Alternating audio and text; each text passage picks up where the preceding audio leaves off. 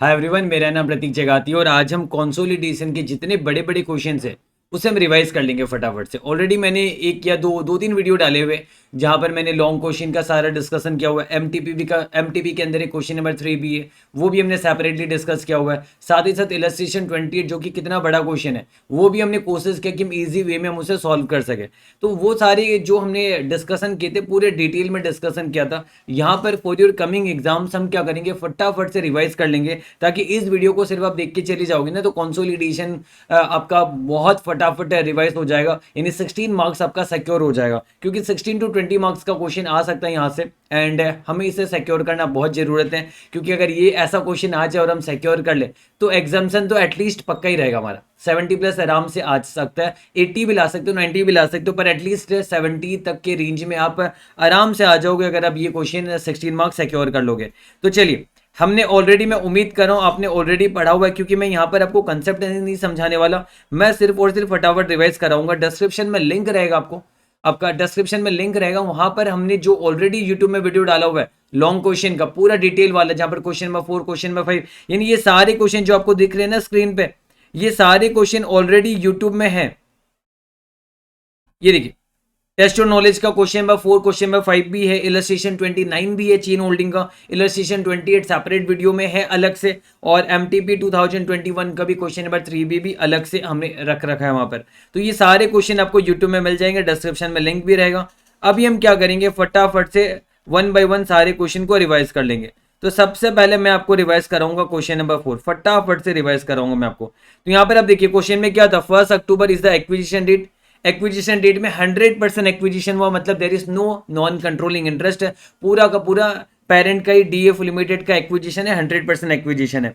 फिर नीचे हमें डेटा दिया हुआ है कि retained earnings opening balance 3 lakh का दिया हुआ है, इसमें से डिविडेंड 10% का पेमेंट किया गया। अब ऑब्वियसली बात है फेस वैल्यू में डिविडेंड पेमेंट किया जाएगा, यानी 20 लाख रुपीज का जो XYZ का फेस वैल्यू, इसका 10% 2 लाख रुपीज का डिविडेंड पे किया गया। हम क्या करते थे, हम ये मानते थे कि मान लो डिविडेंड कुछ दिया ही नहीं गया, अगर डिविडेंड कुछ दिया ही नहीं गया होता तो इसका बैलेंस 10,20,000 होता, 8,20,000 की जगह, है ना। और इनका रिटेन अर्निंग में इन्होंने दिखाया इनको डिविडेंड रिसीव हुआ, जब को डिविडेंड दिया ही नहीं गया तो रिसीव भी नहीं हुआ, तो ये बैलेंस हो गया था 3,72,000। तो मैंने क्या किया, सब्सिडरी 2 लाख से बढ़ा दिया एंड पेरेंट का रिटेन अर्निंग 2 लाख से घटा दिया, डबल इफेक्ट दे भी दिया हमने यहाँ पर। अब हम क्या करते हैं, अब हम प्री एक्विजिशन पोस्ट एक्विजिशन का काम करते हैं। तो हम यहाँ पर क्या कहेंगे, जो सब्सिडरी का है शेयर कैपिटल 10 लाख, ये तो सॉरी 20 लाख जो आपका शेयर कैपिटल है पूरा का पूरा प्री, और ये 10 लाख भी नीचे इंफॉर्मेशन में मेंशन किया हुआ है कि 1 अप्रैल में भी यही था और आज भी यही है, यानी एक्विजिशन डेट पे भी यही बैलेंस था। तो 10 लाख ये भी पूरा का पूरा कहां चला गया था, प्री के अंदर चला गया था। अब हमें बंटवारा करना है 10,20,000 का।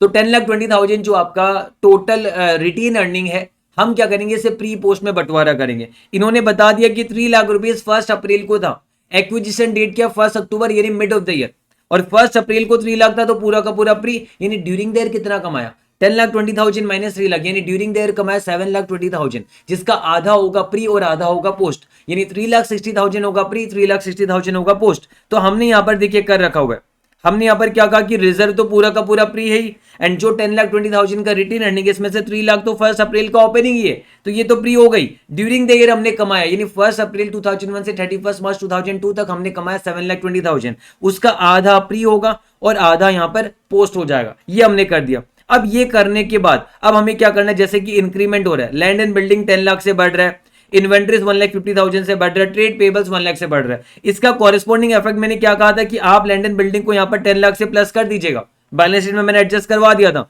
जैसे यहाँ पर आप प्लस 10 लाख कर दोगे, है ना, और इन्वेंट्री में प्लस 1.5 लाख इन्वेंट्री में प्लस कर दोगे। ट्रेड पेबल भी जो है ये भी आपका कितना था, 1 लाख था क्या, ट्रेड पेबल भी आपका 1 लाख से प्लस हो जाएगा यहाँ पर। और इसका कॉरेस्पॉन्डिंगली ये सारे के सारे बढ़ रहे कब है, ये एक्विजिशन डेट पे बढ़ रहे, 1 अक्टूबर 2001 को बढ़ रहे हैं। तो इसका एप्रिसिएशन जो भी हो रहा है या डेप्रिसिएशन जो भी हो रहा है ये प्री एक्विजिशन होगा, एक्विजिशन डेट पे इसका चेंजेस आ रहा है। तो देखिए हमने लैंड एंड बिल्डिंग को अप्रिशिएट कर दिया 10 लाख से प्री एक्विजिशन प्रॉफिट में, इन्वेंट्रीज को 1,50,000 से बढ़ा दिया, ट्रेड पेबल्स बढ़ने से आपका नुकसान होता है, यानी 1 लाख से माइनस हो जाएगा। फिर एक प्लांट एंड मशीनरी था, प्लांट एंड मशीनरी में हमने क्या देखा था, हमने पूरा चार्ट के हिसाब से हमने समझा था यहाँ पर आपका क्लोजिंग बैलेंस शीट में 13,50,000 मिल जाएगा आपको। इससे हम पहले ओपनिंग में जाते थे, यानी 1 अप्रैल को क्या बैलेंस था, डेप्रिसिएशन 10% यहाँ पर दिया हुआ था और बाकी लैंड एंड बिल्डिंग वगैरह में डेप्रिसिएशन नहीं दिया हुआ था, तो इसलिए हमने इग्नोर किया था। यहाँ पर तो डेप्रिसिएशन दिया हुआ है, तो मैंने पहले ओपनिंग वैल्यू पता किया। ओपनिंग वैल्यू 1 अप्रैल को 15 लाख रुपीज है। अब 1 अक्टूबर को क्या हो रहा है, एप्रिसिएशन हो रहा है। 1 October is the acquisition date और उसी दिन का हम फेयर वैल्यू कंसीडर करते हैं। तो हम 1 अक्टूबर का कैरिंग अमाउंट जानेंगे पहले। तो यहां पर अगर 15 लाख है और आपका ड्यूरिंग द ईयर पूरा 1,50,000 डेप्रिसिएशन हुआ है पूरा साल भर का, तो आधा 6 महीने का कितना होगा, 75,000 और नेक्स्ट 6 महीने का 75,000 होगा। तो आप बताइए यहाँ पर मिड में कैरिंग अमाउंट कितना होगा, 15 लाख माइनस 75,000 यानी 14,25,000। पर क्वेश्चन में फेयर वैल्यू दिया हुआ है, क्वेश्चन में फेयर वैल्यू कितना दिया हुआ है, 20 लाख रुपीज दिया हुआ है। तो डेट मीन्स व्हाट, अगर फेयर वैल्यू 20 लाख है और कैरिंग अमाउंट 14,25,000 है, तो मतलब 5,75,000 का इंक्रीमेंट। और ये 5,75,000 एक्विजिशन डेट का है। तो एक्विजिशन डेट प्रॉफिट आपका इतने से बढ़ेगा और हम प्लांट एंड मशीनरी ऊपर बैलेंस शीट में इतने से बढ़ा देंगे 5,75,000 से।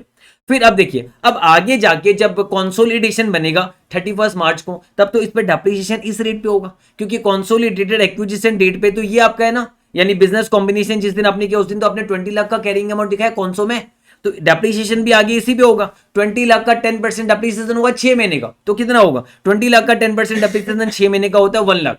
पर already separate individual financial statement में 75,000 का डेप्रिसिएशन हो रखा है, ठीक है ना, 75 यानी 1 लाख का डेप्रिसिएशन होना चाहिए, 75 का हो चुका है, यानी अनदर 25,000 का एडिशनल डेप्रिसिएशन होगा। ये कब हो रहा है, 1 अक्टूबर 2001 से लेकर 31 मार्च 2002, यानी एक्विजिशन डेट के बाद का जो 6 महीना उस पर, यानी ये क्या हो गया, ये पोस्ट हो गया। तो हम इसे क्या कर रहे थे, हम इसे पोस्ट एक्विजिशन जो प्रॉफिट उसमें डालेंगे एडिशनल डेप्रिसिएशन 25,000 का, ये हमने डाल दिया यहाँ पर। बस ये हमने डालते हमारा काम खत्म। एंड इसके बाद हम क्या कर रहे थे, हमने पता किया कि यहाँ पर प्री एक्विजिशन प्रॉफिट टोटल कितना आ रहा है और ये प्लांट एंड मशीनरी का इफेक्ट चला जाएगा 5,75,000 और 25,000 का डेप्रिसिएशन, यानी नेट इफेक्ट 5,50,000 वहां पर बढ़ेगा।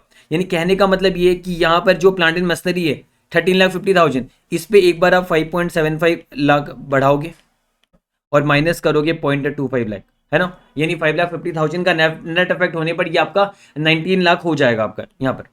एंड ये सारे नेट जो इफेक्ट हमने डालने पर वही बैलेंस हम बैलेंस शीट बनाते समय लेंगे। तो यहाँ पर ये सारा करने पर अब हम क्या कहेंगे, हम कहेंगे कि प्री एक्विजिशन प्रॉफिट इतना, इस पे होल्डिंग का ही पूरा आ जाएगा क्योंकि एनसीआई यहाँ पर है ही नहीं। और वैसे पोस्ट एक्विजिशन प्रॉफिट भी है, इसमें भी आपका होल्डिंग आ जाएगा। और ध्यान रहे, पोस्ट वाला जो रहता है वो रिटेन अर्निंग में जाता है और जो प्री वाला होता है उसे हम क्या करते हैं, गुडविल या कैपिटल रिजर्व निकालते हैं, क्योंकि ये हासिल करने के लिए हमने पैसे दिए, तो हमें देखना है कि हमने पैसे ज्यादा दिए या कम दिए, तो इतना हमें मिला है। यानी एक्विजिशन आपका जो है, एक्विजिशन डेट प्रॉफिट रिजर्व और रिटेन अर्निंग मिला के आपका हिस्सा में यह आया। शेयर कैपिटल भी तो आपके हिस्से में आया 20 लाख रुपीस का, ये भी तो प्री एक्विजिशन ही है। यानी देखा जाए तो आपके हक में एक्विजिशन डेट में क्या है 20 लाख और साथ ही साथ आपका आया 32,85,000, यानी 52,85,000 आपका आया। यानी ये शेयर होल्डर फंड मेरे हक में आया एक्विजिशन डेट पे, और उसी को हम नेट एसेट कहते हैं। यानी asset minus liability, net asset को हम क्या कहते हैं, शेयर होल्डर फंड। और जो भी आपका फेयर वैल्यू चेंजेस है वो सारा हमने ले लिया यहाँ पर।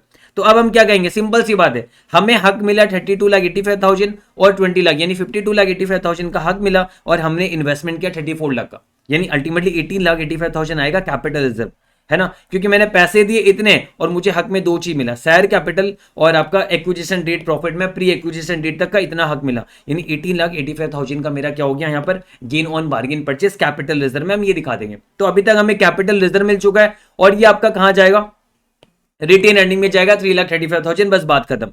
और मैंने इसका डिटेल्स भी आपको मैंने समझाया था मिलाने के लिए, यानी हमारा क्या इफेक्ट है जो बैलेंस शीट का, वो मैं अभी आपको डिस्कस नहीं करूंगा। रेगुलर वाले में हमने डिस्कस किया था कि हम चेक कर रहे थे कि हम अल्टीमेटली क्या करते थे। मैंने जिसे बैलेंस शीट बनाते समय आपको समझाया था, आप बैलेंस शीट बनाते समय क्या करोगे, पेरेंट का balance sheet as it is बना दीजिएगा, इन्वेस्टमेंट को छोड़ के, इन्वेस्टमेंट को छोड़ के पेरेंट का balance sheet as it is बना दीजिए, और सब्सिडरी का शेयर कैपिटल और अदर इक्विटी को छोड़ के पूरा का पूरा balance sheet as it is बना दीजिए। ये मैंने आपको समझा। तो पूरा का पूरा बैलेंस शीट तो एज इट इज बनेगा, बस क्या क्या छूट जाएगा, एक तो 34 लाख छोड़ देंगे हम, और दूसरा यहां पर जो आपका शेयर होल्डर फंड है पूरा का पूरा छोड़ देंगे। तो अब देखिए ना, शेयर होल्डर फंड कितना है 20 लाख, 10 लाख, और ये 10,20,000 नया वाला लीजिएगा, यानी 40,20,000 है ना, 40,20,000 का आपका शेयर होल्डर फंड है और इन्वेस्टमेंट 34 लाख का है। लेकिन मैं बता दूं साथ ही साथ एप्रिसिएशन भी तो कुछ हुआ जिसका हमने कॉरेस्पॉन्डिंग इफेक्ट है लैंड बिल्डिंग ट्रेड पेबल वगैरह में दिए, और ये एप्रिसिएशन डेप्रिसिएशन मिला के नेट कितना हो रहा है, ये चारों का टोटल देख लीजिए कितना हो रहा है, 16,25,000 हो रहा है, और साथ ही साथ एक माइनस भी तो हो रहा है 25,000 का,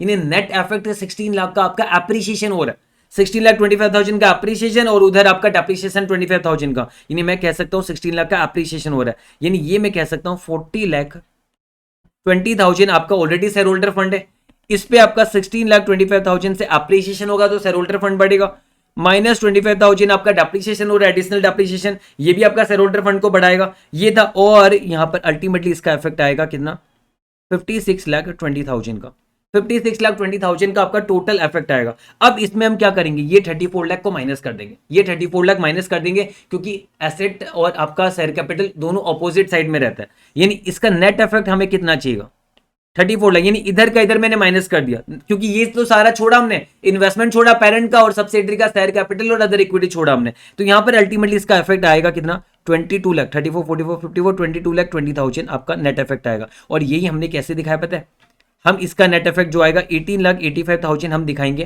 कैपिटल रिजर्व के नाम का जो हमने निकाला है, और 3,35,000 हम रिटेन अर्निंग में दिखाएंगे। अब हम चेक कर लेते हैं मैच कर रहा है कि नहीं कर रहा है, 18,85,000 प्लस 3,35,000, देखिए 22,20,000 आपका मैच कर रहा है, और ये दो फिगर ही हमें डालना है, यानी कहने का मतलब ये कि मैं बैलेंस शीट पूरा बनाऊंगा, इन्वेस्टमेंट नहीं दिखाऊंगा, शेयर कैपिटल और अदर इक्विटी नहीं दिखाऊंगा, और यहां पर जो फिगर है वो नया वाला ले लेंगे जो भी आपका एप्रिसिएशन होने पर आया आपका, है ना। तो ये सारा करने पर हमारा बैलेंस शीट मैच होगा। देखिए ये फिगर डालना है कैपिटल रिजर्व का और रिटेन अर्निंग का ये फिगर डालना है, तो मैं अपने बैलेंस शीट में सबसे पहले क्या करूंगा, प्रॉपर्टी प्लांट एंड इक्विपमेंट डालूंगा, कितना 15 और 24, 39 इधर आ गया, और इधर 10 लाख से बढ़ भी तो रहा है, और इधर ये 5,50,000 से मशीनरी भी बढ़ रहा है नेट पे, तो ये सारा इफेक्ट डालने पर मेरा प्रॉपर्टी प्लांट एंड इक्विपमेंट का वैल्यू आ जाएगा। इन्वेंट्रीज भी एज इट इज डालूंगा, इसमें 1.5 लाख का इफेक्ट दिखा दूंगा बस में, है ना, जो आपका बढ़ा था इन्वेंट्री, और ये सारे को टोटल कर देंगे, सारा प्लस करेंगे। शेयर कैपिटल हमारा वाला आएगा, उनका वाला नहीं आएगा, क्योंकि उनके से हमने कैपिटल रिजर्व गुडविल जो भी निकलता है वो हमने निकाला है, तो उनका ये सब नहीं आएगा,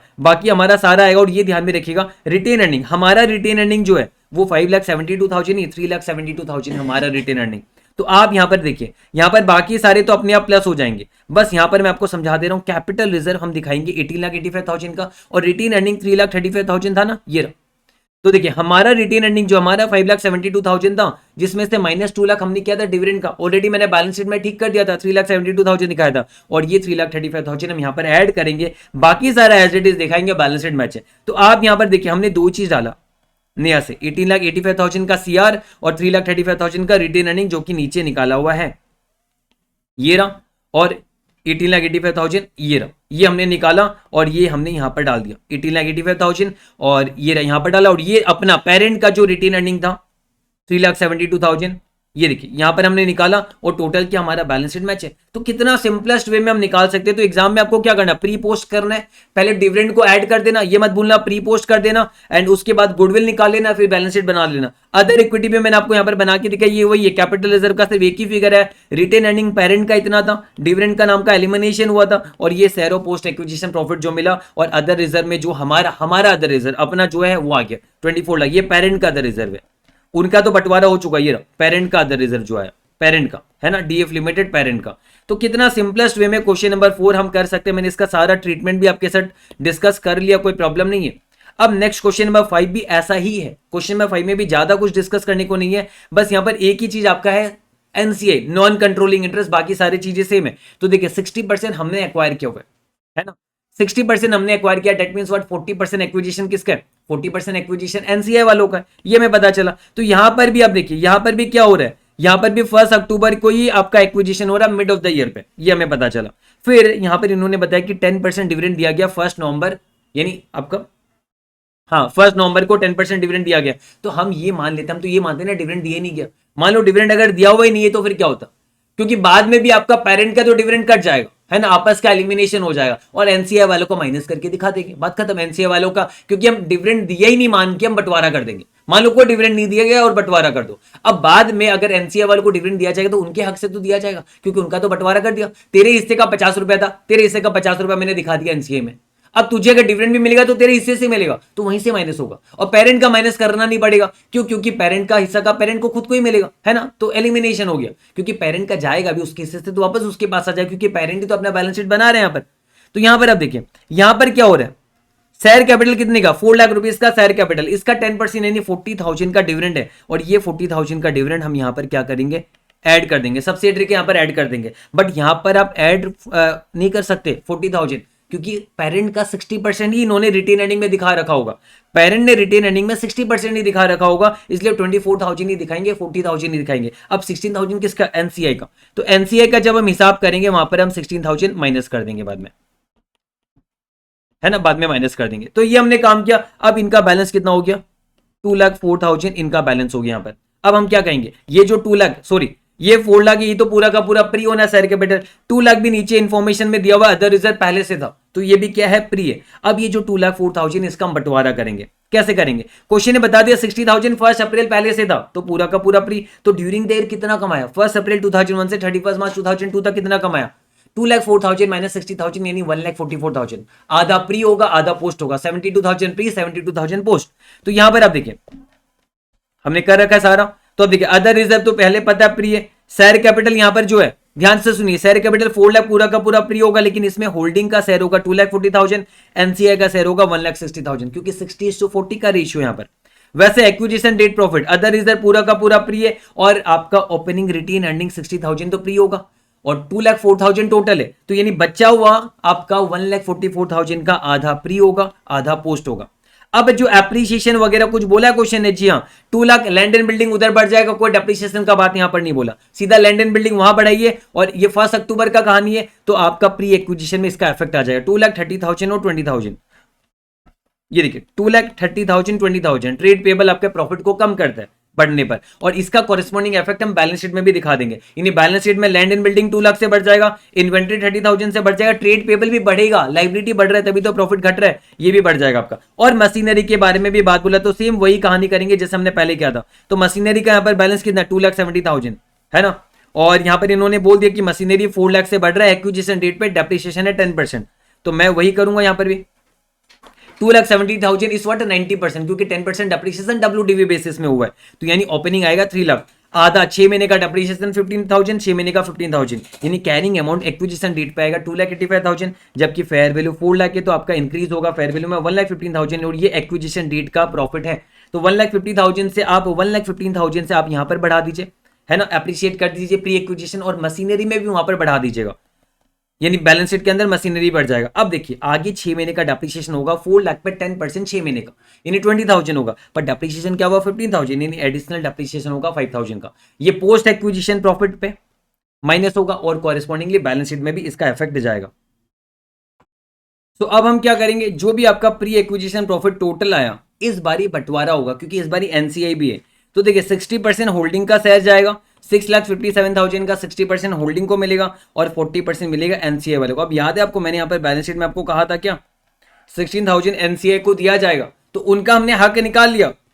अब जो भी उनका हक होगा, उनको तो हम डिविडेंड दे चुके ना, तो हम उनके हक से क्या करेंगे, माइनस कर देंगे। तो अब देखिए यहाँ पर मैंने ये 16,000 माइनस किया, पेरेंट का हालांकि माइनस होगा नहीं, क्योंकि पेरेंट का तो म्यूचुअल ओइंग में कट जाएगा, तो इनका हमने माइनस कर दिया, बात खत्म। और पेरेंट ने अपने बुक में ऐड किया हुआ था, तो उसको लेस करके रफा दफा कर दिया उसका कहानी को हमने, है ना। तो यहाँ पर इसका बुक सोना बना रहे, इसका जो भी आपका पेमेंट होगा माइनस होगा यहाँ पर। तो कुल मिला के पेरेंट का जो ऐड हुआ था लेस किया, और एनसीआई का हमने एनसीआई की जगह पे माइनस कर दिया, डबल इफेक्ट भी हो गया, और ये दोनों फिगर आपका यहाँ पर आ जाएगा इनका इंडिविजुअली। अब देखिए ये जो पोस्ट वाला है, इसको भी हम बंटवारा कर देंगे 60:40 के रेशियो में। पोस्ट वाला जो पेरेंट का है, ये तो रिटेन अर्निंग में जाएगा, और इधर वाला जो पेरेंट का है, इससे हम क्या निकालेंगे, गुडविल या कैपिटल रिजर्व निकालेंगे। और ध्यान से सुनिएगा, एनसीए के मैटर में प्री पोस्ट नहीं होता है, तो अब हम क्या कर सकते हैं, एनसीए निकाल सकते हैं। तो हम एनसीए कैसे निकालेंगे, एनसीए को क्या क्या हक मिल रहा है, देखिए एनसीए को शेयर कैपिटल में अधिकार मिलेगा 1,60,000 का, और जो आपका प्री एक्विजिशन प्रॉफिट है उसमें नेट अधिकार इतना मिल रहा है, पोस्ट वाले में इतना अधिकार मिल रहा है, मिल गया सारे का अधिकार, शेयर कैपिटल और आपका रिजर्व का,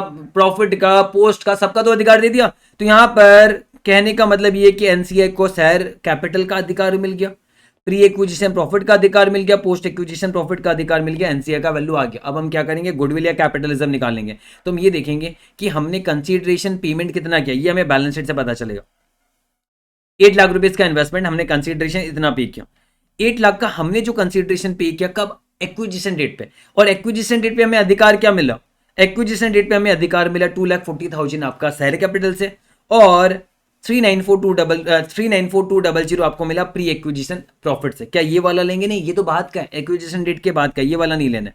तो यहां पर आप देखिए ये दोनों हमने ले लिया, इतना टोटल आया आपका, इस बारी गुडविल निकल के आ रहा है 165,800 का गुडविल निकल के आ रहा है, यानी बैलेंस शीट में गुडविल चला जाएगा 165,800, इस बारी कैपिटल रिजर्व नहीं है, गुडविल निकल के आया। तो अब ये सारा करने पर अब हम क्या कर सकते हैं, अब हम सीधा बैलेंस शीट बना सकते हैं। तो बैलेंस शीट जब हम बनाएंगे, अब इसका मैंने हिसाब भी यहाँ पर दिया हुआ है, मैं आपको हिसाब भी बता देता हूं। देखिए share capital plus retain earning मिला के 8,04,000 हो रहा था क्या, देख लेते हैं। ये देखिए 4 lakh plus 2 lakh 6 lakh, 4 lakh plus 2 lakh 6 lakh plus 2 lakh 4,000 8,04,000, यानी पूरा share capital plus other equity मिला के 8,04,000 हो रहा था। एंड वही मैंने यहां पर हिसाब दिया प्रॉपर्ली ताकि आपका बैलेंस शीट को मैं मैच करा सकूं। मैंने कहा इतने का आपका हिसाब है, एप्रिसिएशन हुआ था ना लैंड एंड बिल्डिंग वगैरह में, ये सारा मिला के एप्रिसिएशन 3,25,000 का हुआ, डेप्रिसिएशन 5,000 का हुआ, तो ये भी तो शेयर होल्डर फंड को बढ़ाएगा। तो यहां पर देखिए ये प्लस माइनस यानी टोटल इतने का इफेक्ट आना चाहिए। अब ये टोटल इतने का इफेक्ट आना चाहिए आपका। अब यहां पर देखिए हमने क्या किया, यहां पर हमने प्री और पोस्ट किया और फिर बाद में मैंने निकाला, पर इसकी जरूरत नहीं थी इतनी, हम इसे डायरेक्टली ऐसे भी कह सकते थे 11,24,000 आपका नेट है ना। इसमें हम इन्वेस्टमेंट को माइनस कर देंगे। इन्वेस्टमेंट कितना हमारा 8 लाख का इन्वेस्टमेंट माइनस करेंगे हम यहां पर।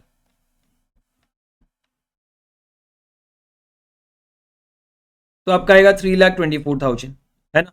अब इस 3,24,000 में हमने क्या दिखाया, हमने पोस्ट कितना रखा, प्री कितना रखा। चलो पोस्ट प्री की जरूरत नहीं है, हमने इसमें एनसीआई रखा 433,600, इस पे हमने एनसीआई को रखा 433,600 है ना। और हमने गुडविल रखा 165,800। ये गुडविल तो नेगेटिव में चला जाएगा क्योंकि ये तो एनसीआई आपका इक्विटी में जाएगा, गुडविल तो उल्टा जाएगा एसेट साइड में, तो ये आपका आ जाएगा। और साथ ही साथ पोस्ट एक्विजिशन का भी कुछ शेयर होगा पेरेंट का, एनसीआई तो पूरा ले लिया हमने, पेरेंट का पोस्ट एक्विजिशन कुछ शेयर होगा ना, कितना आ रहा है 40,200 होल्डिंग का। मैं श्योर हूं आप ये करेंगे तो आपका 3,24,000 आ जाना चाहिए। 433,600 प्लस 40,200 माइनस 165,800, 3,08,000 आया। अच्छा एक 16,000 का फर्क आएगा, पता है क्यों आएगा, एकदम सही है, क्योंकि 16,000 हमने याद है आपको, हमने बाद में माइनस किया था, क्योंकि 16,000 आपके यहां पर इफेक्ट जा रहा था, याद है एनसीआई वाला, ये एनसीआई वाला 16,000 के चलते आपका वो इफेक्ट आ रहा है, क्योंकि हमने जो बंटवारा किया हमने पहले ही 40,000 को ज्यादा लेके रखा हुआ है, पहले से 40,000 को ज्यादा लेके रखा हुआ। क्यों, क्योंकि हम एनसीआई में इसका एडजस्टमेंट करेंगे। तो अगर ये 40,000 ज्यादा नहीं लेते तो यहाँ का बैलेंस भी 11,20,000 था, अगर हम ज्यादा नहीं लेते तो 11,24,000 की जगह पे ये आपका माइनस 16,000 यहाँ पर ऐसे होता। तो ये 16,000 का जो फर्क है एकदम परफेक्ट है, कोई प्रॉब्लम नहीं है ना, ये फर्क जो है एकदम कोई प्रॉब्लम नहीं। यहाँ पर आपका 16,000 डिफरेंस जो है इज ड्यू टू एनसीआई, है ना, ये एनसीआई का जो फर्क मैंने आपको पहले बताया था। तो इस तरीके से हम कर सकते हैं, ये भी मैंने रेगुलर क्लास में इसका हिसाब दिया था, आपने वीडियो देखा हुआ तो आपको सारी चीजें पता है। एंड फिर हम क्या करेंगे, बैलेंस शीट बनाएंगे। तो बैलेंस शीट भी यहाँ पर वही पूरा balance sheet as it is बना देंगे, बस इन्वेस्टमेंट अपने को छोड़ के सारा कॉपी पेस्ट किया, एक साइड में लिखा हमने, है ना, सारा कॉपी पेस्ट किया।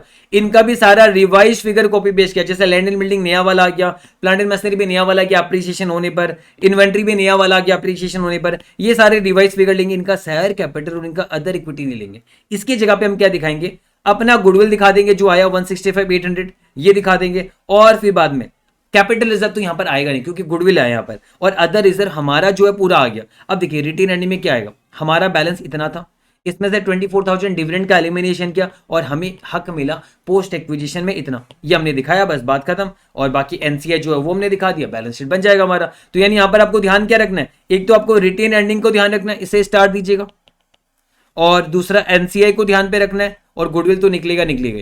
बाकी तो अब क्या करो, प्लस प्लस करके बस कहानी खत्म कर दोगे, बैलेंस शीट आपका मैच करेगा डेफिनेटली 100%, है ना। तो सिमिलर क्वेश्चन ही था, हमने फटाफट सॉल्व किया। अब हम क्या करेंगे, illustration 28, very very big question, but इतना भी टफ नहीं है, इसे भी हम फटाफट से रिवाइज कर लेंगे।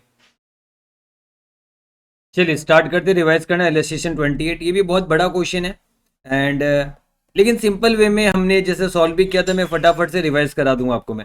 तो यहाँ पर आप देखिए, यहाँ पर लास्ट में हमने क्या देखा कि 1 अप्रैल 2001 को पी लिमिटेड ने 70% एक्वायर किया, यानी 30% किसका, एनसीआई वालों का, है ना। 36,000 लाख का परचेज कंसीडरेशन दिया गया है, एक्विजिशन रेट पे 1 अप्रैल 2001 को 36,000 का परचेज कंसिडरेशन दिया गया। अब यहाँ पर एनसीए को बता दिया कि फेयर वैल्यू में मेजर करना है और आपका क्यू लिमिटेड का शेयर प्राइस दे दिया पर शेयर 55 रुपीज करके। एनसीए के पास 300 लाख शेयर्स है, यानी 16,300 इंटू 55 कर लीजिए, 16,500 लैक्स इनका क्या हो गया, एनसीए का एक्विजिशन रेट पे फेयर वैल्यू हो गया। और साथ ही साथ यहाँ पर एक और बात है कि इन्वेस्टमेंट इन सब्सिडरी जो सेपरेट फाइनेंशियल स्टेटमेंट में रहता है वो कहा गया कि मेजर हुआ एट एफबीटीओसीआई में। मतलब बाकी सारे क्वेश्चन में तो हम देख रहे थे कि इन्वेस्टमेंट आपका एट कॉस्ट मेजर हो रहा है ना, लेकिन आपका only for the purpose of separate financial statement हम जैसे कॉस्ट या फिर इंडेक्स 109 के हिसाब से मेजर कर सकते हैं। इन्होंने इंडेक्स 109 के हिसाब से इन्होंने क्या किया, इन्होंने एफबीटीओसीए में मेजरमेंट किया, लेकिन कंसोलिडेशन बनाते समय तो हमें इसे एलिमिनेट करना होगा। क्यों? क्योंकि मान लीजिए मैं पेरेंट हूं, अब सब्सिडरी, मैंने आपकी कंपनी में इन्वेस्टमेंट किया, अब मैं अपने सेपरेट में तो दिखा दूंगा कि फेयर वैल्यू गेन हो रहा है, मैं फायदा दिखा दूंगा, पर जब कॉन्सो करेंगे तो आप और हम एक ही है, ग्रुप एंटिटी है, तो हम थोड़े ना फेयर वैल्यू गेन दिखाएंगे। तो इस फेयर वैल्यू गेन को एलिमिनेट करना होगा, इसके बारे में भी हम बात कर लेंगे, कोई प्रॉब्लम नहीं। पर पहले एक बार हम गुडविल निकाल लेते हैं। गुडविल हम आराम से निकाल सकते हैं, कैसे? हमें पता है, यहां पर देखिए fair value of identifiable net asset दे दिया 50,000 लाख, यानी आपका एक्विजिशन डेट पे आइडेंटिफाइबल नेट एसेट्स का फेयर वैल्यू कितना, 50,000 लाख। और ये आपको पता है एक और जगह से भी मिल जाएगा। आप अगर statement of changes in equity देखोगे, यहां पर आप देखिए बैलेंस एस ऑन 1 अप्रैल 2001, 1 अप्रैल 2001 को शेयर कैपिटल इतना था, जनरल रिजर्व इतना था, पीएल इतना था, ये तीनों को टोटल कर लीजिए, आपका कितना आएगा? अच्छा ये गलत वाला देख लिया मैंने, क्यू लिमिटेड, ये रहा क्यू लिमिटेड की तो बात कर रहे हैं, तो 10,000 शेयर कैपिटल है और जनरल रिजर्व 30,000 है और आपका 10,000 आपका क्या है, प्रॉफिट एंड लॉस है। तो देखिए तीनों मिला के 50,000 हो रहा है। तो इनका एक्विजिशन डेट पे fair value of identifiable net assets कितना है, 50,000 रुपीज का है। तो 50,000 रुपीज का आइडेंटिफाइबल नेट एसेट्स है। एनसीए हमें पता 16,500, तो हमारे हिस्से में इतना आया जिसके लिए हमने कंसीडरेशन दिया 36,000, है ना, यानी गुडविल आपका 2500 इजीली आ जाएगा, ये आपको निकालना आता है, कोई प्रॉब्लम नहीं है। अब हम ये करने के बाद हम क्या करते, जैसे मैंने आपको बताया था कि जो हमारा बैलेंस शीट है 31 मार्च 2002 वाला हम बैलेंस शीट देखेंगे। इस बैलेंस शीट में मैं ये कहना चाहता हूं आपको, मैं कहां गया बैलेंस शीट, हाँ ये रहा 31 मार्च 2002 का बैलेंस शीट में। मेरा कहना है ये आप देखिए, ये 42,500 जो दिया हुआ है ना, इसका नोट नंबर 8 में डिटेल्स दिया हुआ है। देखिए नोट नंबर 8 में इन्होंने इन्वेस्टमेंट इन सब्सिडरी कितना दिखाया, 37,000 दिखाया, पर हमें पता हमने तो इन्वेस्टमेंट इन सब्सिडरी को 36,000 में खरीदा था, है ना, एक्विजिशन डेट में। इन्हें लेटर और 1,000 का फेयर वैल्यू गेन हुआ था जो कि बढ़ाया गया, इसलिए 37,000 हो गया। बाकी ये तो अदर इन्वेस्टमेंट, ये तो अलग से दिखाया जाएगा 5,500, यानी मैं बैलेंस शीट में ये कह सकता हूं, इसका हिसाब जो है मैं कहूंगा 36,000 में हमने खरीदा, बाद में 1,000 बढ़ा और अलग से 5,500, ये तो अदर इन्वेस्टमेंट है ना, ये तो अलग से रहेगा। अब ये 1,000 मुझे एलिमिनेट करना है कौन सा बनाने के लिए, तो ये 1,000 मैं यहां से एलिमिनेट करूंगा और मैं साथ ही साथ क्या करूंगा पता है, आपका जो ये बैलेंस है ना, मेरा जो अदर इक्विटी, इसमें तो प्रॉफिट एंड लॉस, क्योंकि ओसीआई ऑब्वियसली बात है, ओसीआई पीएल वगैरह सब इसी के अंदर है, तो मैं यहां से भी 1,000 माइनस करूंगा। और अगर आप बोलोगे तो मैं अदर इक्विटी से भी आपको दिखा देता हूं। देखिए अदर इक्विटी में ये ना, मैंने काटा हुआ, ये फिर से मैं काट के दिखाता हूं। मतलब मैं अदर इक्विटी का 1,000 माइनस कर दूंगा और इन्वेस्टमेंट को माइनस कर दूंगा। ओसीआई देखिए fair value gain on investment in subsidiary. तो चलिए इसका तो हम बात भी नहीं करेंगे, एक बार तो हम क्या कर रहे हैं, एक बार तो हम बैलेंस शीट से मैं आपको समझाने की कोशिश कर रहा हूं कि ये मतलब अल्टीमेटली 41,500 हो जाएगा। 36,000 का इन्वेस्टमेंट है और 5,500 अदर इन्वेस्टमेंट है, ये मिल गया आपका। और 1,000 हम यहां पर माइनस करने पर ये हमारा 143,780 हो जाएगा। ये क्या हो जाएगा, 143,780 हो गया। तो मैंने इसका इफेक्ट हटा दिया। चलिए ये इफेक्ट तो हमने हटा दिया, क्योंकि ये हटाना बहुत जरूरी है, ये वाला ध्यान रखिए, ये इफेक्ट हटाना बहुत जरूरी है। इसका एंट्री भी आप ऐसे कह सकते हो, OCI account debit to investment in subsidiary 1,000 का हो जाएगा। अब देखिए इन्होंने डिविडेंड की भी बात की, तो पी ने तो जो डिविडेंड दिया चलो ठीक है दिया, अब क्यू ने भी जो डिविडेंड दिया, क्यू ने कितना डिविडेंड दिया, 2400 का डिविडेंड दिया, जिसमें पी को इतना मिला और एनसीआई को इतना मिला। पी को 1680 मिला और एनसीआई को 720 मिला, ये हमें पता चला। बाकी तो डिविडेंड डिस्ट्रीब्यूशन टैक्स जो है ये ना ही पी को मिला ना ही क्यू को मिला, ये सरकार को मिला, गवर्नमेंट को मिला। तो ये तो जो माइनस होगा। तो हम क्या करते थे, हम बंटवारा करने से पहले कहते हैं ना कि सब्सिडरी का प्रॉफिट को, ये मान लो कि डिविडेंड कुछ दिया ही नहीं गया, ये मान लो कोई डिविडेंड दिया ही नहीं गया और सब्सिडरी का प्रॉफिट को बढ़ा दो, तो सब्सिडरी का हम प्रॉफिट क्या करेंगे, 2400 से बढ़ा देंगे, है ना, क्योंकि सब्सिडरी ने डिविडेंड दिया 2400, तो सब्सिडरी ने प्रॉफिट को घटा के रखा है, तो यहां पर 2400 से सब्सिडरी का बढ़ जाएगा, जैसे क्वेश्चन नंबर 4 क्वेश्चन नंबर 5 में किया था टेस्ट नॉलेज का।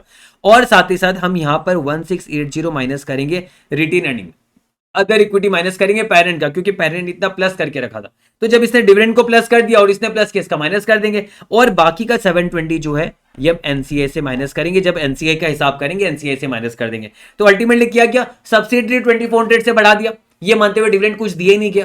पेरेंट ने डिविडेंड का प्रॉफिट में ऐड किया था, तो पेरेंट को 1680 माइनस किया और एनसीए का 720 माइनस कर देंगे, बात खत्म। जैसे टीवाई के क्वेश्चन में 4, क्वेश्चन में 5 में ये मैंने समझाया था आपको। अब ये करने पर अब हम क्या कर सकते हैं, अब मैं आपको हिसाब दिखा रहा हूं। देखिए मेरा प्री एक्विजिशन का मैं हिसाब दिखा रहा हूं, प्री और पोस्ट एक्विजिशन प्रॉफिट जो हम क्यू लिमिटेड का करेंगे। तो क्यू लिमिटेड का बैलेंस शीट में हमें देखना है कि क्या क्या है। देखिए क्यू लिमिटेड का अगर बैलेंस शीट देखोगे आप, ये ना क्यू लिमिटेड का बैलेंस शीट में शेयर कैपिटल 10,000 का है और अदर इक्विटी 46,410 है, जिसमें 2400 ऐड हो जाएगा आपका, ये है आपका। तो मेरा कहना ये है कि आप देखिए शेयर कैपिटल 10,000 का है इनका सब्सिडरी का, क्यू लिमिटेड का।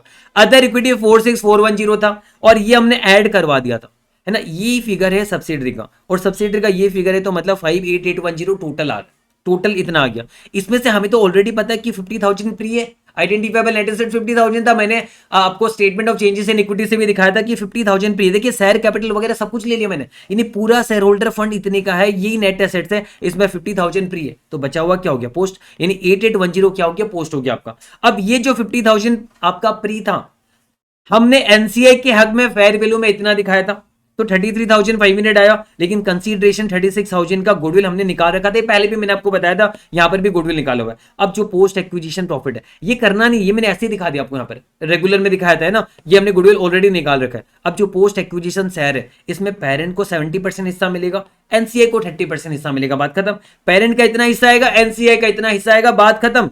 अब ये करने पर अब हम क्या कहेंगे, एनसीआई का कैलकुलेशन कर लेंगे। हम कहेंगे कि देखिए एक्विजिशन डेट पे 16,500 था, ये ना एक्विजिशन डेट पे जो फेयर वैल्यू में था ना 16,500 था, याद है। एनसीआई हमने माइनस नहीं किया था, कहा गया, ये रहा, ये 720 माइनस करना था, हमने कहा था ना जब लिखेंगे तब माइनस करेंगे।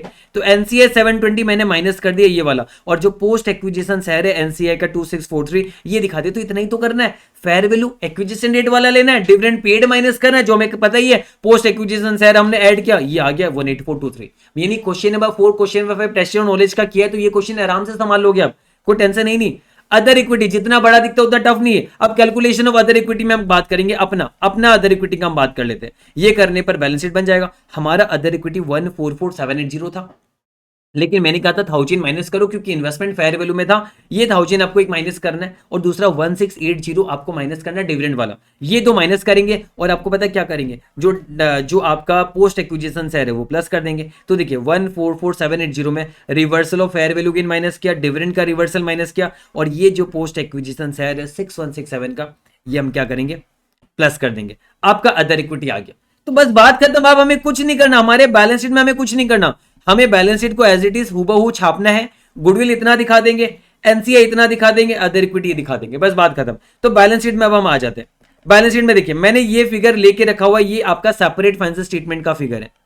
ये पेरेंट का सेपरेट फाइनेंशियल स्टेटमेंट है, ये इंडिविजुअल फाइनेंशियल स्टेटमेंट है। ये कुछ नहीं है, मैंने कॉपी पेस्ट किया क्वेश्चन से, यानी जो हमारा क्वेश्चन का डेटा है ना, ये एग्जाम में आपको कॉपी पेस्ट नहीं करना है। मैंने तो इसलिए भी कॉपी पेस्ट कर दिया क्योंकि बार बार स्क्रीन ऊपर नीचे करना पड़ेगा, क्या मतलब है। तो यहां पर आप देखिए बैलेंस शीट जो ये है ना 31 मार्च 2002 का, यही मैंने फिगर सारा कॉपी पेस्ट करके एक बार वहां पर रखा है अलग से साइड में, ताकि मैं आपको जब भी कराऊं तो आप मुझे प्रॉब्लम ना हो। तो देखिए प्रॉपर्टी प्लांट एंड इक्विपमेंट दोनों का फिगर जोड़ देंगे, बात खत्म। गुडविल हमें दिखाना है, मैंने गुडविल दिखा दिया, ये रहा। और मैं आपको बता देता हूं, पहले मेन बता देता हूं। अदर इक्विटी मैंने निकाल रखा था 148267 दिखा दिया मैंने, ये वाला, यानी ये वाला दिखा दिया। एनसीए हमने निकाल रखा था, ये वाला हमने दिखा दिया, और गुडविल हमने निकाल रखा था। ये तीन ही तो निकाल रखा था, बाकी सारे तो कॉपी पेस्ट होंगे, बाकी सारे कॉपी पेस्ट होंगे। देखिए नॉन करेंट इन्वेस्टमेंट, देखिए यहां पर आपका 42,500 था, लेकिन वो नहीं आएगा क्योंकि वो तो कट के मर जाएंगे ना, गुडविल निकलेंगे। तो मैंने कहा कि ये दोनों तो कट जाएंगे, ये दोनों 1000 तो ऑलरेडी काट दिया, ये 36,000 आपका गुडविल निकालते समय हमने ऑलरेडी एडजस्ट कर लिया था। फिर से बता रहा हूं, ये देखिए ऑलरेडी एडजस्ट कर लिया था हमने, ये 36,000 को भी गुडविल निकालने के लिए। बचा क्या, सिर्फ 5,500 बचा, तो 5,500 का अदर इन्वेस्टमेंट में चला जाएगा, है ना। तो यानी सिर्फ 5,500 ही यहां से जाएगा, क्योंकि 1000 और 36,000 हट जाएगा, और यहां का 1250 यानी 5,500 जो अदर इन्वेस्टमेंट वाला है, और 1250 6750 आ गया हमारा। अब आगे लॉन्ग टर्म लोन्स, आपको क्वेश्चन में यहां पर मेंशन किया हुआ है कि ये आपका म्यूचुअल ओइंग का केस है। यहां पर इन्होंने लिखा हुआ है, कहीं पर लिखा हुआ था, ये entire long term borrowings of Q limited is from P limited, यानी क्यू का लॉन्ग टर्म बोरिंग जो है वो पी का म्यूचुअल ओइंग का नाम पे कट जाएगा। तो यहां पर आप देखिए ये लॉन्ग टर्म लोन्स यहां कटेगा और उधर बोरिंग्स भी जो है वो कट जाएगा। ये देखिए बोरिंग्स जो सब्सिडी का था ना कट जाएगा, यानी 10,000 कट के, और साथ ही साथ ट्रेड रिसीवेबल्स ट्रेड पेबल्स में भी इन्होंने कहा म्यूचुअल होंगे। ये देखिए 3,000 लाख का म्यूचुअल होंगे, तो ट्रेड रिसीवेबल्स आप 3,000 से कम कर दीजिएगा। देखिए 3,000 से ट्रेड रिसीवेबल्स कम हो जाएगा और ट्रेड पेबल भी 3,000 से कम हो जाएगा, बस बात खत्म। यानी बाकी सारा एज इट इज आना है। तो लॉन्ग टर्म लोन्स देखिए जीरो आया क्योंकि ये कट गया, इसका दोनों का प्लस किया आ गया, ट्रेड रिसीवेबल दोनों का प्लस करेंगे लेकिन म्यूचुअल विंग के नाम पे काट देंगे, है ना, आ जाएगा। इसे प्लस करेंगे, आ गया हमारा बैलेंस। और यहां पर शेयर कैपिटल तो सिर्फ हमारा आएगा, उसका क्यों आएगा, क्योंकि उसका तो प्री पोस्ट करके गुडविल निकाला था और पोस्ट एक्विजिशन शेयर निकाल के एनसीआई में पेरेंट में बंटवारा किया था ना, तो ये क्यों आएगा। और हमारा अदर इक्विटी का तो हमने हिसाब करके निकाला था ये वाला फिगर, तो ये शेयर कैपिटल हमारा वाला है, ये उनका वाला नहीं हमारा वाला है, और ये हमने निकाल रखा है, एनसीआई भी निकाल रखा आया। ये टोटल किया 10,000 काटा म्यूचुअल विंग वाला, इसका टोटल करेंगे आ जाएगा, इसका टोटल करेंगे आ जाएगा, एंड यहां पर भी टोटल करेंगे आ जाएगा। तो देखिए ना कितना सिंपल है, बैलेंस शीट बनाना तो एकदम चुटकियों का खेल है। यहां पर बैलेंस शीट बनाने के लिए आप पता क्या करोगे, सबसे पहले तो आप ये 1,000 काटना है ना, ये 1,000 काट देना। आप यहां पर ये काटा, पहला काम ये करोगे। अब दूसरा काम आप क्या करोगे, डिविडेंड को एड बैक करोगे और यहां पर -1680 करोगे और 720 एनसीए में करना है, ये कर लिया हमने। अब हम देखिए सब्सिडरी का टोटल कितना शेयर है, 10,000 और 461,410, यानी नेट एसेट सब्सिडरी का टोटल कितना है, और प्लस ये डिविडेंड एड बैक करके ये निकाला, पोस्ट एक्विजिशन शेयर मिल गया, इससे तो गुडविल आ जाएगा, और एनसीआई का मिल गया, तो एनसीआई का बैलेंस निकला। और अदर इक्विटी में भी हमने रिवर्सल डिविडेंड हटाया, पोस्ट एक्विजिशन शेयर ऐड करके निकाला, यानी अल्टीमेटली ये तीन फिगर निकालेंगे फटाफट और बैलेंस शीट बनाएंगे, बस बात खत्म। तो बैलेंस शीट बनाना कितना आसान है, बहुत आसान है, मैं बता रहा हूं, बैलेंस शीट बनाना बिल्कुल टफ नहीं। अब statement of profit and loss, statement of profit and loss भी हूबहू वैसा ही बनेगा जैसा आपके क्वेश्चन में, बस मैं आपको बता दूं कुछ कुछ चीजों का फर्क आएगा। जैसे ये देखिए statement of profit and loss भी एकदम सिंपल है, सेल्स दोनों का प्लस कर देंगे, अदर इनकम दोनों का प्लस कर देंगे, खर्चे दोनों का प्लस कर देंगे, बात खत्म, क्योंकि कॉम्बाइन पीएल बन रहा है। लेकिन यहां पर जो भी आपका आपस के with in the group transaction है उसे हमें हटाना पड़ेगा। तो देखिए सेल्स में आप नोट नंबर 1 से हमें देखना पड़ेगा, सारा नोट देखना पड़ेगा हमें। तो देखिए यहां पर हम नोट पे जाओगे तो नोट नंबर 1 में बोला कि सेल्स टू क्यू लिमिटेड जो है 20,000 है, यानी आपस का सेल हुआ 20,000 का। तो हम पता है क्या करेंगे, हम यहां पर 20,000 माइनस करेंगे और हम रॉ मटेरियल कंज्यूम में भी 20,000 माइनस करेंगे, और ये आपको यहां पर दिया हुआ भी है, ये देखिए, क्योंकि परचेज फ्रॉम पी 20,000 है, अरे वो सेल करेगा तो उसका परचेज भी तो होगा, तो यानी पेरेंट का सेल 20,000 से कम होगा और आपका सब्सिडरी का परचेज 20,000 से कम होगा, क्योंकि म्यूचुअल विंग का केस है, यहाँ पर with in the group transaction है। फिर इसके अलावा जो अदर इनकम है उसके बारे में बोला, देखिए अदर इनकम जो है ना 3,000 का, ये इंटरेस्ट क्यू से कमाया, रॉयल्टी क्यू से कमाया, तो यहां पर आप देखिए इंटरेस्ट के खर्चे में भी दिखाया इंटरेस्ट टू पी 1,000 और अदर एक्सपेंसेस में रॉयल्टी टू पी भी ये 2,000 है, तो ये भी आपका हटेगा। तो मैंने वही किया, मैंने क्या क्या आप देख सकते हो यहां पर मैंने जो statement of profit and loss बनाया, आप देखिए यहां पर मैंने यहां पर क्या कहा कि सेल हम दोनों का मिला के इतना है, लेकिन 20,000 हमारा सेल कट जाएगा क्योंकि ये आपस का with in the group transaction और परचेज भी 20,000 से कट गया। तो ये वाला देखिए, ये हाईलाइटेड फिगर खाली आप देख लीजिएगा, ये कटा। अदर इनकम 1,000 और 2,000 कट गया क्योंकि ये क्यू से कमाया हुआ है, और खर्चा भी यहां पर कटेगा, ये देखिए फाइनेंस खर्चा 1,000 कटा, और अदर एक्सपेंसेस यहां पर मैंने डाला नहीं है, यहां पर ये -2,000 हो जाएगा, और ये आपका 16, हाँ ये आ जाएगा 14390 आ जाएगा, कोई प्रॉब्लम नहीं है। तो यहां पर भी आपका आ जाएगा भी, है ना। तो ये हमने किया, और डेप्रिसिएशन अदर एक्सपेंसेस देखिए ये वाला, यानी कहने का मतलब ये देखिए सेल्स आपका प्रॉफिट ऊपर का रेवेन्यू जो है ना वो कितना इफेक्ट हो रहा है, 20,000 1000 2000 23,000 इफेक्ट हो रहा है, यहां पर भी 20,000 1000 2000 23,000 इफेक्ट हो रहा है, बाकी सारा हु प्लस होगा, बस कुछ नहीं होगा। तो टोटल एक्सपेंस निकलेगा, टोटल रेवेन्यू निकलेगा, यानी ये तीन काम ही करना, बाकी सारे सेम टू सेम ही रहेंगे। क्यों तीन काम, क्या, क्योंकि तीन ही म्यूचुअल होंगे, with in the group transaction है। तो पीबीटी आया, टैक्स आप ध्यान रखिएगा पूरा का पूरा वही होगा, क्योंकि गवर्नमेंट कभी भी म्यूचुअल विंग के नाम पे नहीं काटेगी। आप बोलोगे नहीं हमने तो क्यू को बेचा है, हम तो यहाँ पर इसे सेल मान ही नहीं रहे, गवर्नमेंट को मतलब नहीं, तो गवर्नमेंट पूरा ही टैक्स लेगा जितना पहले ले रहा था, तो गवर्नमेंट का तो पूरे टैक्स आएगा। तो अल्टीमेटली देखिए प्रॉफिट आफ्टर टैक्स आ गया 39,910 का, ये हमारा प्रॉफिट आफ्टर टैक्स आया यहाँ पर, है ना। अब देखिए ये जो 39,910 का प्रॉफिट आफ्टर टैक्स है, इसका हम बंटवारा करेंगे, तो ये 39,910 और कुछ नहीं, जो उनका दोनों का फिगर है ना वही है, क्योंकि जितना से सेल कम हुआ उतना से खर्चा कम हो गया। तो यहां पर हम सबसे पहले ये कहेंगे कि देखिए सब्सिडरी का जो हक है वो कितना है, क्योंकि एनसीआई वालों को सिर्फ सब्सिडरी में हक मिलेगा, पेरेंट में थोड़े ना हक मिलेगा एनसीए वालों को। तो यहां पर प्रॉफिट कहां है, ये देखिए 8960 और 30,950 करोगे वही आएगा जो हमारा है, एनसीए को सिर्फ इसमें अधिकार मिलेगा, ये तो पूरा का पूरा पेरेंट का ही होगा। तो मेरा कहना ये है कि एनसीआई को जो अधिकार मिलेगा, है ना, 8960 का 30% मिलेगा इतना, बाकी का सारा सारा किसका है, होल्डिंग कंपनी का है। तो देखिए होल्डिंग कंपनी का ये पूरा आ गया और 8960 का 70% आ गया। फिर अदर कंप्रेहेंसिव इनकम में बात करेंगे तो इन्वेस्टमेंट इन सब्सिडरी, याद है हमने काट दिया था, हमने कहा 1000 तो ये म्यूचुअल है, क्योंकि हम अपनी सब्सिडरी का फेयर वैल्यू गेन कैसे दिखा सकते हैं, तो ये 1000 देखिए काटा, जो इन्वेस्टमेंट इन सब्सिडरी में था ना, तो 1000 जो था ये पूरा का पूरा काट दिया, ये जीरो हो गया।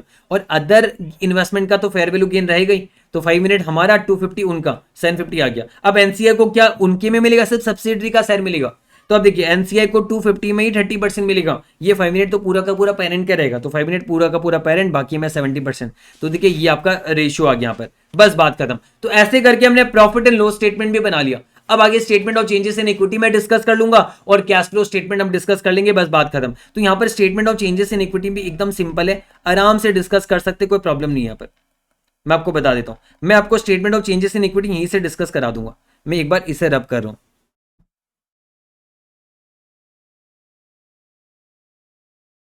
देखिए मैं क्या कहना चाहता हूं, जैसा ये statement of changes in equity बना है वैसा ही आपको बनाना है।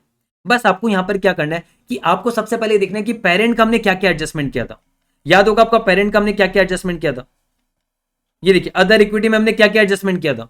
जो बैलेंस था हमने एक फेयर वैल्यू गेन का एडजस्टमेंट किया, एक डिविडेंड रिवर्सल का एडजस्टमेंट किया और पोस्ट एक्विजिशन सेट दिखाया। तो ये तो हम यहां करेंगे, हम यहां पर करेंगे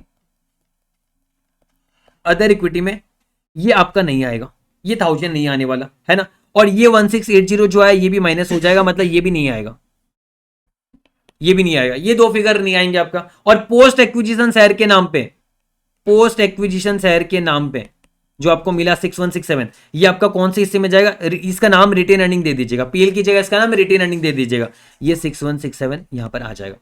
ये हमने कर दिया, पर इस एरिया में आपका 6167 आ जाएगा। तो क्या मैंने ये तीनों फिगर एडजस्ट कर दिया, ये वाला ये वाला ये वाला तीनों फिगर हमने एडजस्ट कर दिया। साइड में एनसीए जो वो एज इट इज आप एनसीए बना सकते हो। अब आपको बात करना है किसका, अब हमें बात करना है जो आपका सब्सिडरी का हमने एडजस्टमेंट किया था, सब्सिडरी का एडजस्टमेंट किया तो उसका ही तो बात करना है। तो सब्सिडरी का 6167 तो हमने ले लिया, कोई प्रॉब्लम नहीं है। अब हम क्या करेंगे, सब्सिडरी का जो एडजस्टमेंट में हमने 2400 आपको याद है एड बैक लेस किया था हमने, तो 2400 जो इनका यहां पर है ऐड किया था हमने, ये 2400 आपका यहां पर क्या होगा, अल्टीमेटली ऐड हो जाएगा, है ना। ये 2400 आपका अल्टीमेटली, यानी इसका भी काम नहीं है, हम ऐड भी करें तो हमें जरूरत नहीं, इसको हम ऐड भी नहीं करेंगे, यानी इनका तो हमें बैलेंस शीट दिखाना ही नहीं है।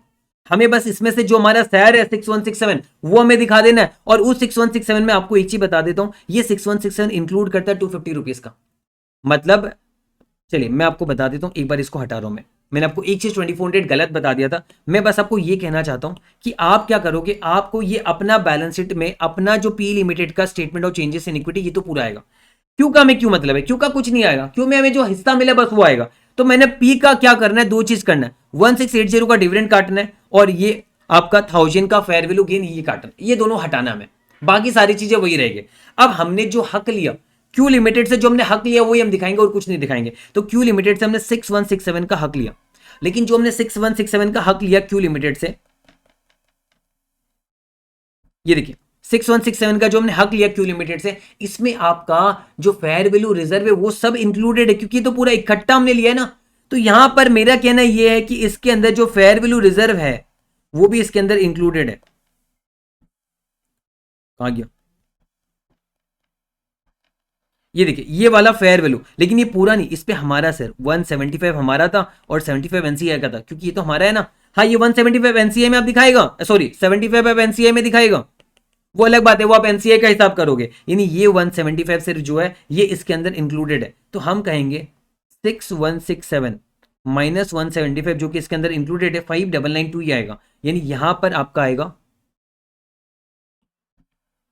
5992 आएगा, और यहां पर फेयर वैल्यू रिजर्व में आएगा कितना 175, ये आ जाएगा आपका।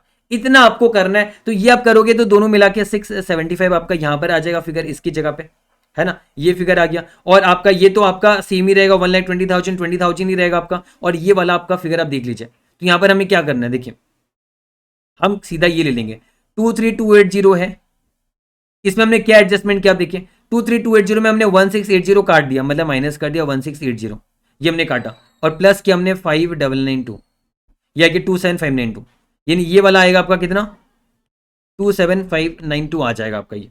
और इधर हमने किया 675, हो गया। और आप देखिए इन सबका टोटल कर लेते हैं, 20,000 और 1,20,000 कितना होता है, 1,40,000 हो रहा है। मैं रिवाइज करा रहा हूँ इसलिए फटाफट करा रहा हूँ।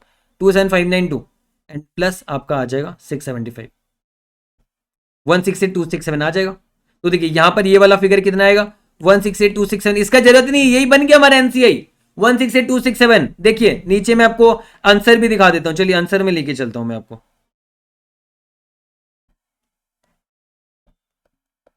ये क्वेश्चन में थोड़ा सा टाइम दे दे रहा हूं बस, और तो कहीं इतना दिया नहीं।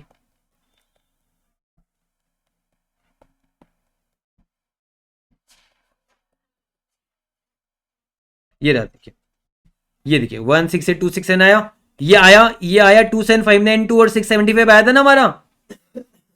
फिर से दिखा रहा हूं,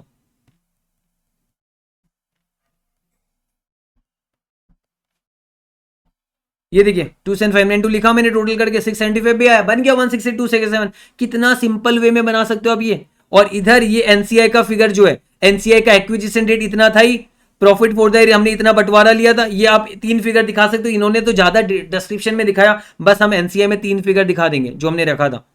हमने जो बनाया था वो तीन फिगर हम एनसीआई में दिखा देंगे, बस बात खत्म। ये रहा, एक्विजिशन डेट इतना दिखाएंगे, डिविडेंड पेड वाला में हम माइनस करके दिखा देंगे, और पोस्ट एक्विजिशन से हम इतना दिखा देंगे, बस करके एनसीआई का भी हिस्सा दिखा दिया हमने। तो आपका आराम से एनसीआई बन जाएगा। तो 18423 यहां पर भी आ जाए और ये फिगर भी आपका आ जाएगा आराम से, बस बात खत्म। तो मैंने क्वेश्चन को ही ठीक करके मैं उसको उठा के बना दूंगा एग्जाम में, कोई प्रॉब्लम नहीं। तो statement of changes in equity भी हमने बना लिया। अब बस एक ही चीज बचता हमारा, क्या, इसमें थोड़ा टाइम ले लिया हमने। अब हमारा एक और चीज बचता है, कैश फ्लो स्टेटमेंट। वो भी मैं आपको फटाफट से बता देता हूं।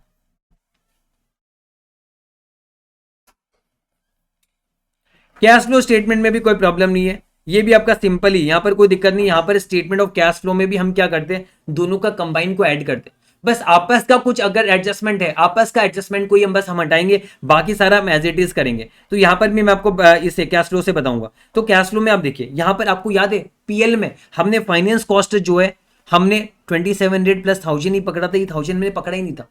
तो जब ये 1000 आपने पकड़ा ही नहीं तो अब इसे क्यों लोगे, है ना, 1000 को आपने पकड़ा ही नहीं तो अब इसे लोगे नहीं। क्योंकि हम क्या करें, मतलब अगर मान लीजिए आपका प्रॉफिट में फाइनेंस कॉस्ट दिखाया है तो हम इसे ऐड बैक करते हैं, क्यों, क्योंकि हम बाद में फाइनेंसिंग एक्टिविटी में इसमें खर्चा करेंगे, ऑपरेटिंग एक्टिविटी में इसका कोई काम नहीं है। तो इंडिविजुअली इसने यहां पर 2700 ऐड बैक किया क्योंकि इसने खर्चा दिखाया था। अब ये ऐड कर रहा है क्योंकि फाइनेंसिंग एक्टिविटी में जाके ये माइनस करेगा, और इंडिविजुअली ये भी ऐड कर रहा है क्योंकि ये बाद में जाके माइनस करेगा। लेकिन आप बताइए कंबाइन में तो हमने ये दोनों दिखाए नहीं, कंबाइन में तो हमने टोटल 27 रेट दिखाया, 37 रेट दिखाया नहीं। तो 27 रेट ही कंबाइन में दिखेगा आपका, यानी ऐड भी 27 रेट ही होगा और लेस भी 27 रेट होगा। तो वैसे मेरा कहना ये कि आप कैश फ्लो स्टेटमेंट में अगर आप देखोगे, एक तो ये आपका इंपॉर्टेंट पॉइंट था कि यहां पर जो कैश फ्लो स्टेटमेंट है इसमें हम देखिए 27 रेट ही रखेंगे। क्यों, क्योंकि हमने खर्चा ही 27 रेट दिखाया था, क्योंकि 1000 तो पी को क्यू को ही देना है, तो वो अपने आप ही एडजस्ट हो जाएगा, उसका कोई काम नहीं है, ये हमने देखा। और दूसरा एक इंटरेस्ट इनकम पी ने कमाया था, पी ने इंटरेस्ट इनकम को प्रॉफिट में दिखाया था, मैं आपको बता देता हूं, याद है 1000 रुपीज का पी ने इंटरेस्ट इनकम अदर इनकम में दिखाया था, लेकिन हमने कौन में नहीं दिखाया था, ये रहा।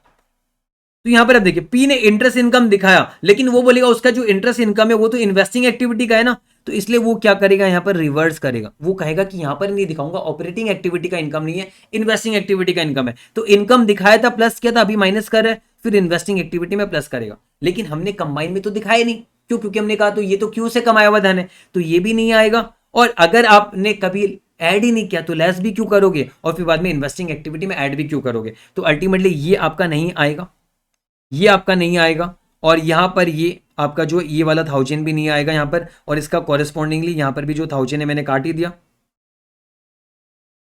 चलिए ये वाला भी नहीं आएगा आपका, है ना, इंटरेस्ट पेमेंट वाला 1000 का इफेक्ट हमने हटा दिया, कोई प्रॉब्लम नहीं है आपको, यहां पर चलेगा, 4 फिगर कट गया हमारा।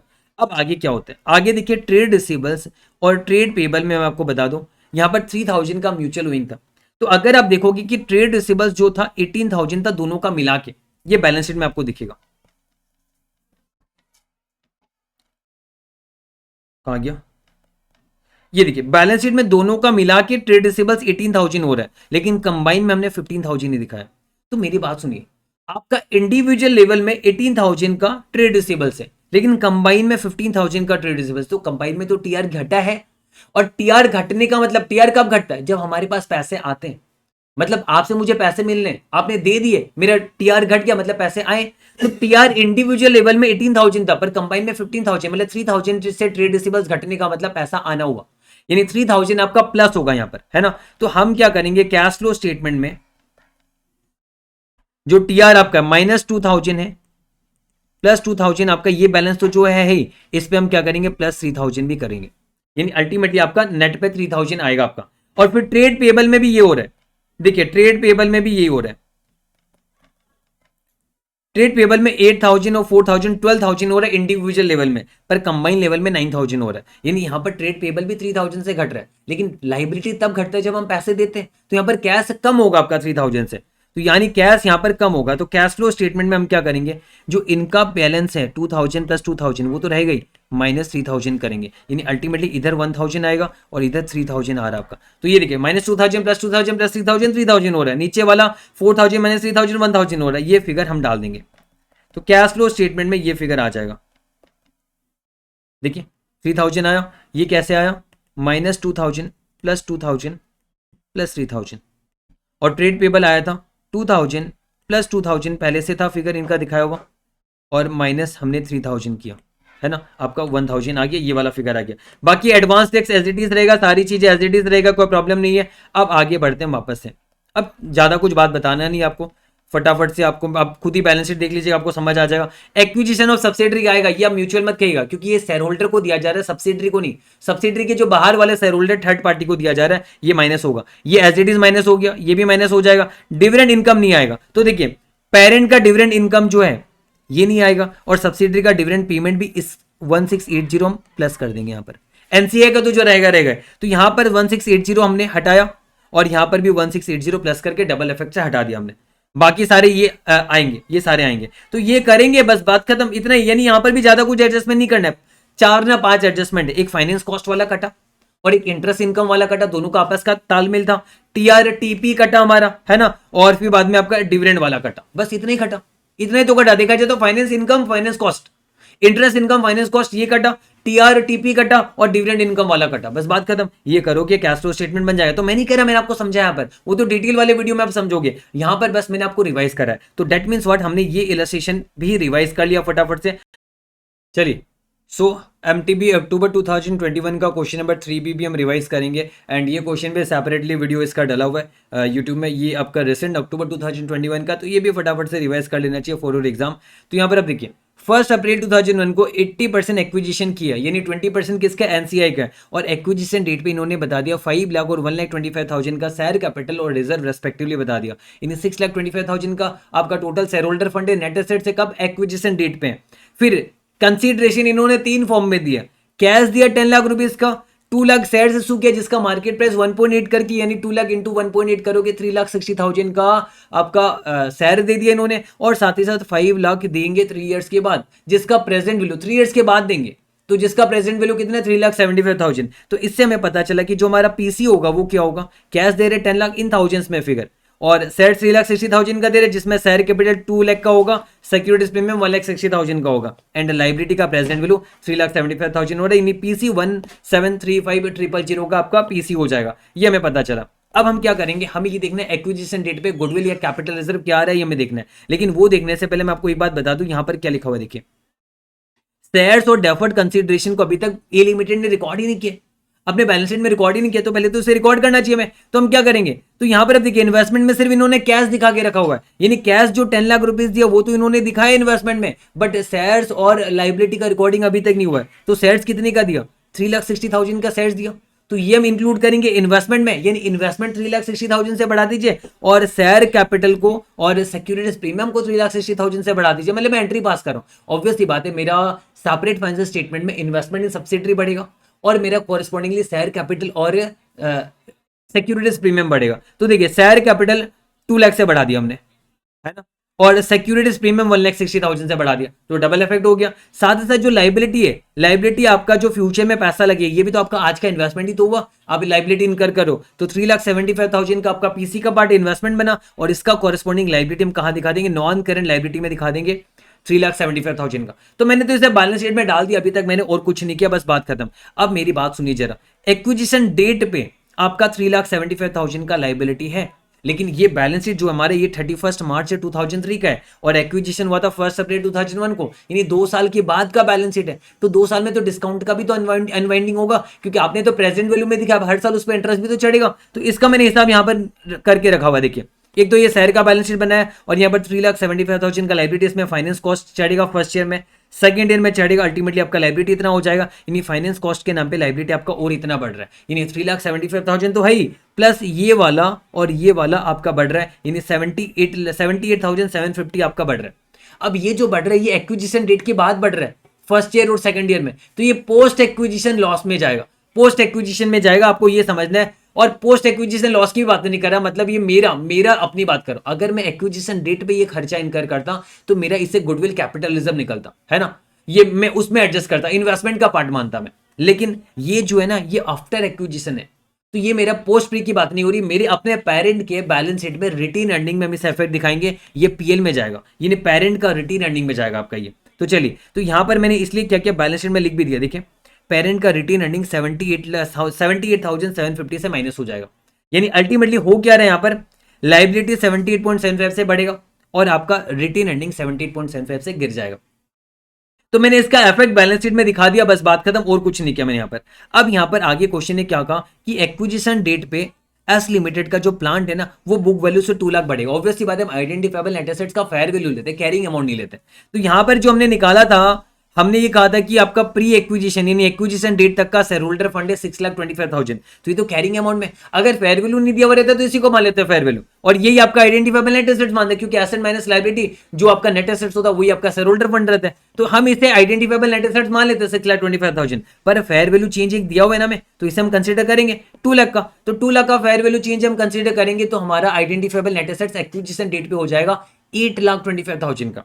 अब इसमें 5 ईयर्स में ये डेप्रिसिएशन होता है, तो मैंने इसका हिसाब किया, मैंने कहा जो डेप्रिसिएशन होना है वो तो बैलेंस शीट में हो चुका है, 31 मार्च 2003 का अपडेटेड है, पर ये तो रिकॉर्ड ही नहीं है, ये तो रिकॉर्डेड ही नहीं है। तो यहां पर ये आपका जो फेयर वैल्यू चेंज है, क्योंकि ये रिकॉर्डेड इसलिए नहीं क्योंकि इंडिविजुअल फाइनेंशियल स्टेटमेंट में इसका रिकॉर्डिंग नहीं होगा, सिर्फ कॉन्सो में ही होगा, क्योंकि कॉन्सो बनाते समय हम फेयर वैल्यू लेते हैं, इंडिविजुअल में तो पहला का कैरिंग अमाउंट ही चलते रहेगा आपका।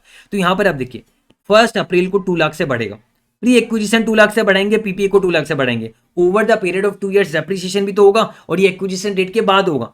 5 इयर्स का लाइफ इन्होंने क्वेश्चन ने बताया, तो 2 इयर्स में 80,000 का डेप्रिसिएशन होगा, और ये 80,000 का डेप्रिसिएशन ये पोस्ट है, एक्विजिशन डेट के बाद का लॉस है, तो ये पोस्ट एक्विजिशन प्रॉफिट में 80,000 घटेगा और पीपी आपका 80,000 से घटेगा, ये सब्सिडी का, तो प्री पोस्ट होगा आपका ये, और आपका अल्टीमेटली 1,20,000 आपके बैलेंस शीट में जाएगा। यानी कहने का मतलब ये कि मेरा ये जो फिगर है ना सब्सिडरी का जो प्रॉपर्टी प्लांट एंड इक्विपमेंट है, पहले मैं 2 लाख से बढ़ाऊंगा एक्विजिशन डेट का, फिर over a period of 2 years आपका 80,000 का डेप्रिसिएशन होगा, अल्टीमेटली फिगर ये वाला आ जाएगा हमारा, और इसका इफेक्ट हम जो नीचे हम दिखाई देंगे ऐसे भी। तो अब हम नीचे कुछ नहीं करेंगे, नीचे मैंने आपको पीसी ऑलरेडी समझा रखा है। Identifiable net assets acquisition date की बात कर रहा हूं, एक्विजिशन डेट में शेयर होल्डर फंड 6,25,000 पहले से मैं पता है, 2 लाख हमने इंक्रीज इन फेयर वैल्यू ले लिया, हमारा 8,25,000 का आ गया।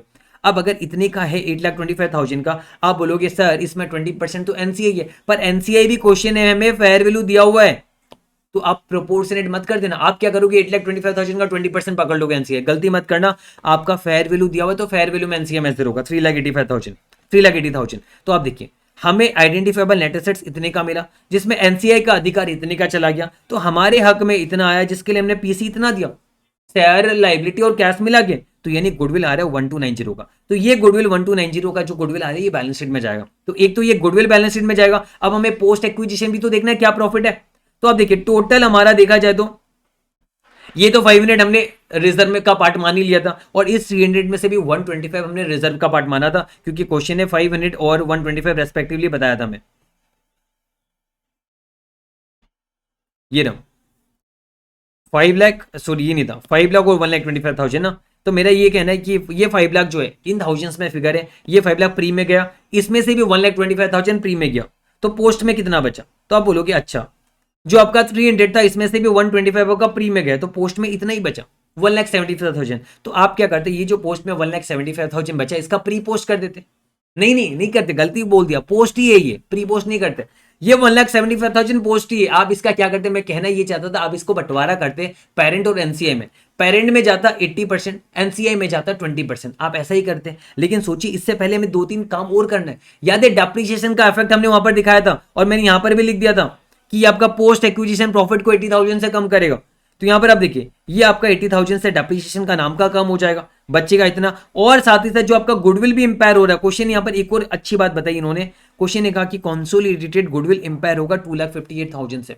ये एक्विजिशन डेट के बाद गुडविल इंपायर होगा, क्योंकि इंड एस 36 में हमने पढ़ा है कि आपका गुडविल सिर्फ इंपायर हो सकता है, डेप्रिसिएशन नहीं होता। गुडविल एएस में होता था, यहां पर सिर्फ इंपायर होगा, और अगर इंपायर होगा तो इसका इफेक्ट कहां जाएगा, पीएल में जाएगा। और ये इंपायर कब हो रहा है, एक्विजिशन डेट के बाद ही तो इंपायर होगा। एक्विजिशन डेट का तो गुडविल निकाल रखा हमने, तो एक्विजिशन डेट के बाद गुडविल इंपायर होगा कितने से, 2,58,000 से। तो हम क्या करेंगे, गुडविल को 2,58,000 से कम करेंगे और पोस्ट एक्विजिशन प्रॉफिट को 2,58,000 से कम करेंगे। तो देखिए यहां पर मैंने कम कर दिया, और यहां पर भी मैं क्या करूंगा, कम कर दूंगा। अल्टीमेटली मेरा इतना पोस्ट एक्विजिशन प्रॉफिट आ रहा है।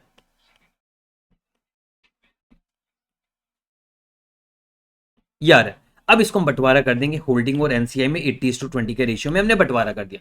अब कुछ नहीं करना है, एनसीआई निकालना है। एनसीआई में पता है एक्विजिशन डेट पे कितने, हमने पहले से निकाल रखा था, हमने पहले से पता है ना, क्वेश्चन ने दिया हुआ ये एनसीआई फेयर वैल्यू में 380 है।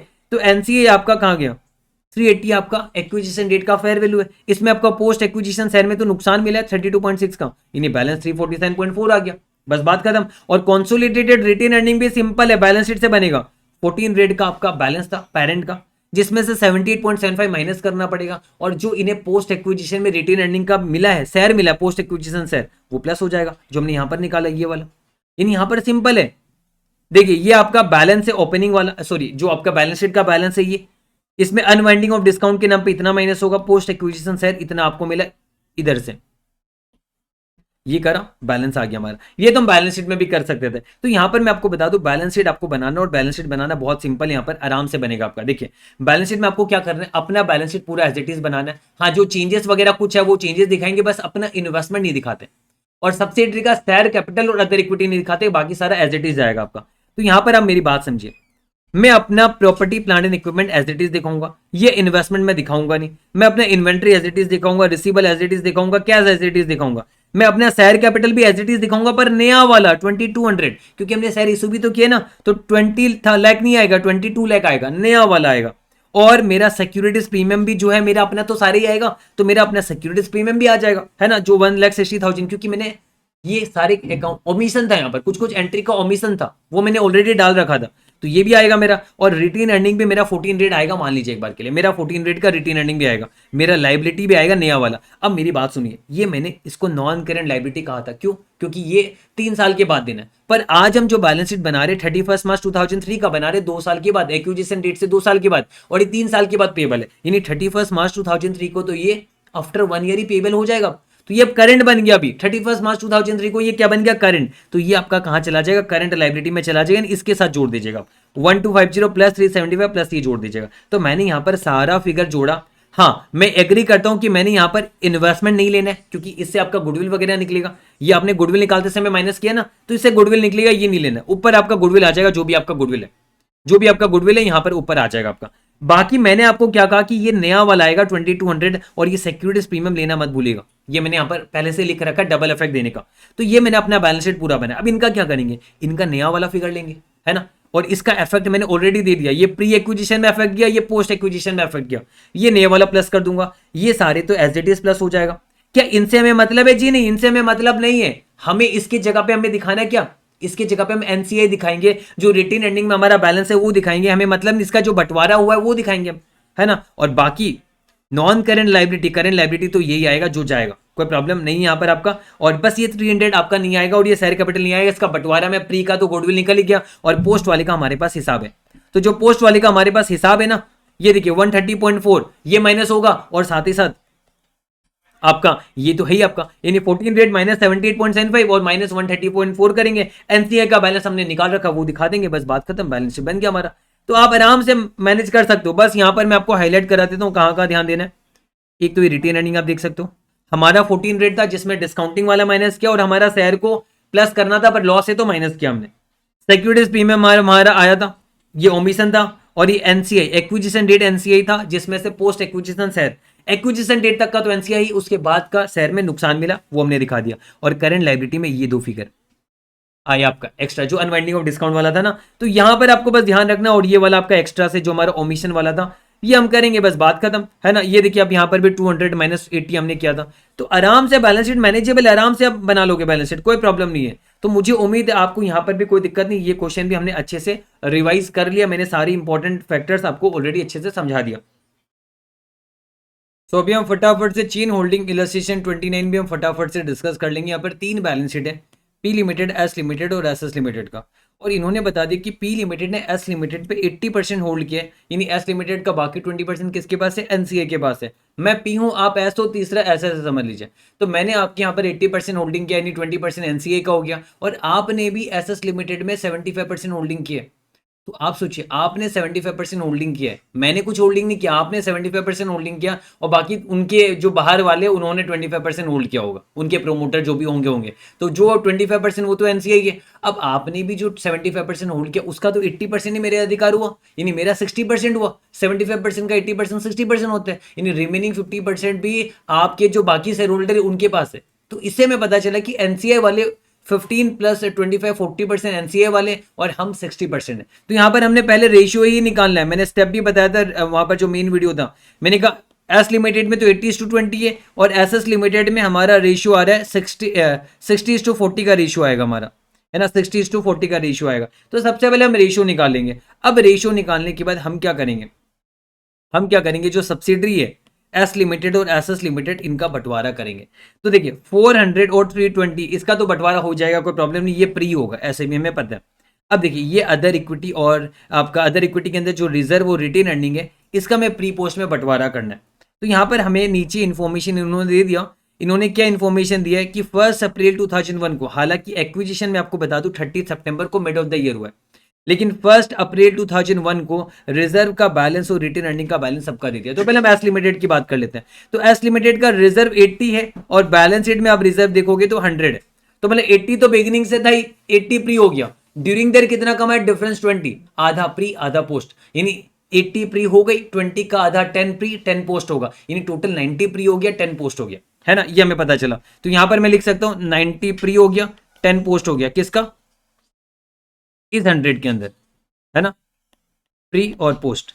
और फिर आगे हम बात करें दूसरा, और क्या है, 20 आपका रिटेन अर्निंग 20 है, बैलेंस शीट में आपको दिख रहा है 50। तो हम कहेंगे 20 तो प्री हो गई, बाकी ड्यूरिंग दैट 30 कमाए, आधा प्री आधा पोस्ट, यानी 35 प्री होगा, 35 और 15 आपका पोस्ट हो जाएगा। ये हमें पता है, ये हमने कर लिया। तो सिंपल तरीके से यहाँ पर हमने किया, जिसका हिसाब भी मैंने यहाँ पर रखा हुआ अच्छी तरीके से आप देख सकते हो। अगर मैं एस लिमिटेड की बात करूं तो यहाँ पर आप देखिए एस लिमिटेड का ओपनिंग 80 था, बाकी ड्यूरिंग द 20 कमाया, आधा प्री आधा पोस्ट, यानी 90 और 10 आ गया। रिटेन अर्निंग में भी 20 ओपनिंग था, ड्यूरिंग द 30 कमाया, आधा प्री आधा पोस्ट, और ये बैलेंस हमने वहां पर भी निकाला था, ये आ गया। सेम इसी तरीके से आपको एसएस लिमिटेड में करना है, बस 60:40 के रेशियो में। तो यहां पर भी आप देखिए फटाफट से बता देता हूं, 60 ओपनिंग है और क्लोजिंग 80 है, तो मतलब 60 तो ओपनिंग प्री हो गई, ड्यूरिंग द 20 कमाया, आधा प्री आधा पोस्ट, यानी 10 प्री 10 पोस्ट, यानी 60 तो होगा ही, प्लस 10 प्री 10 पोस्ट हो जाएगा, यानी 70/10 हो गया, है ना।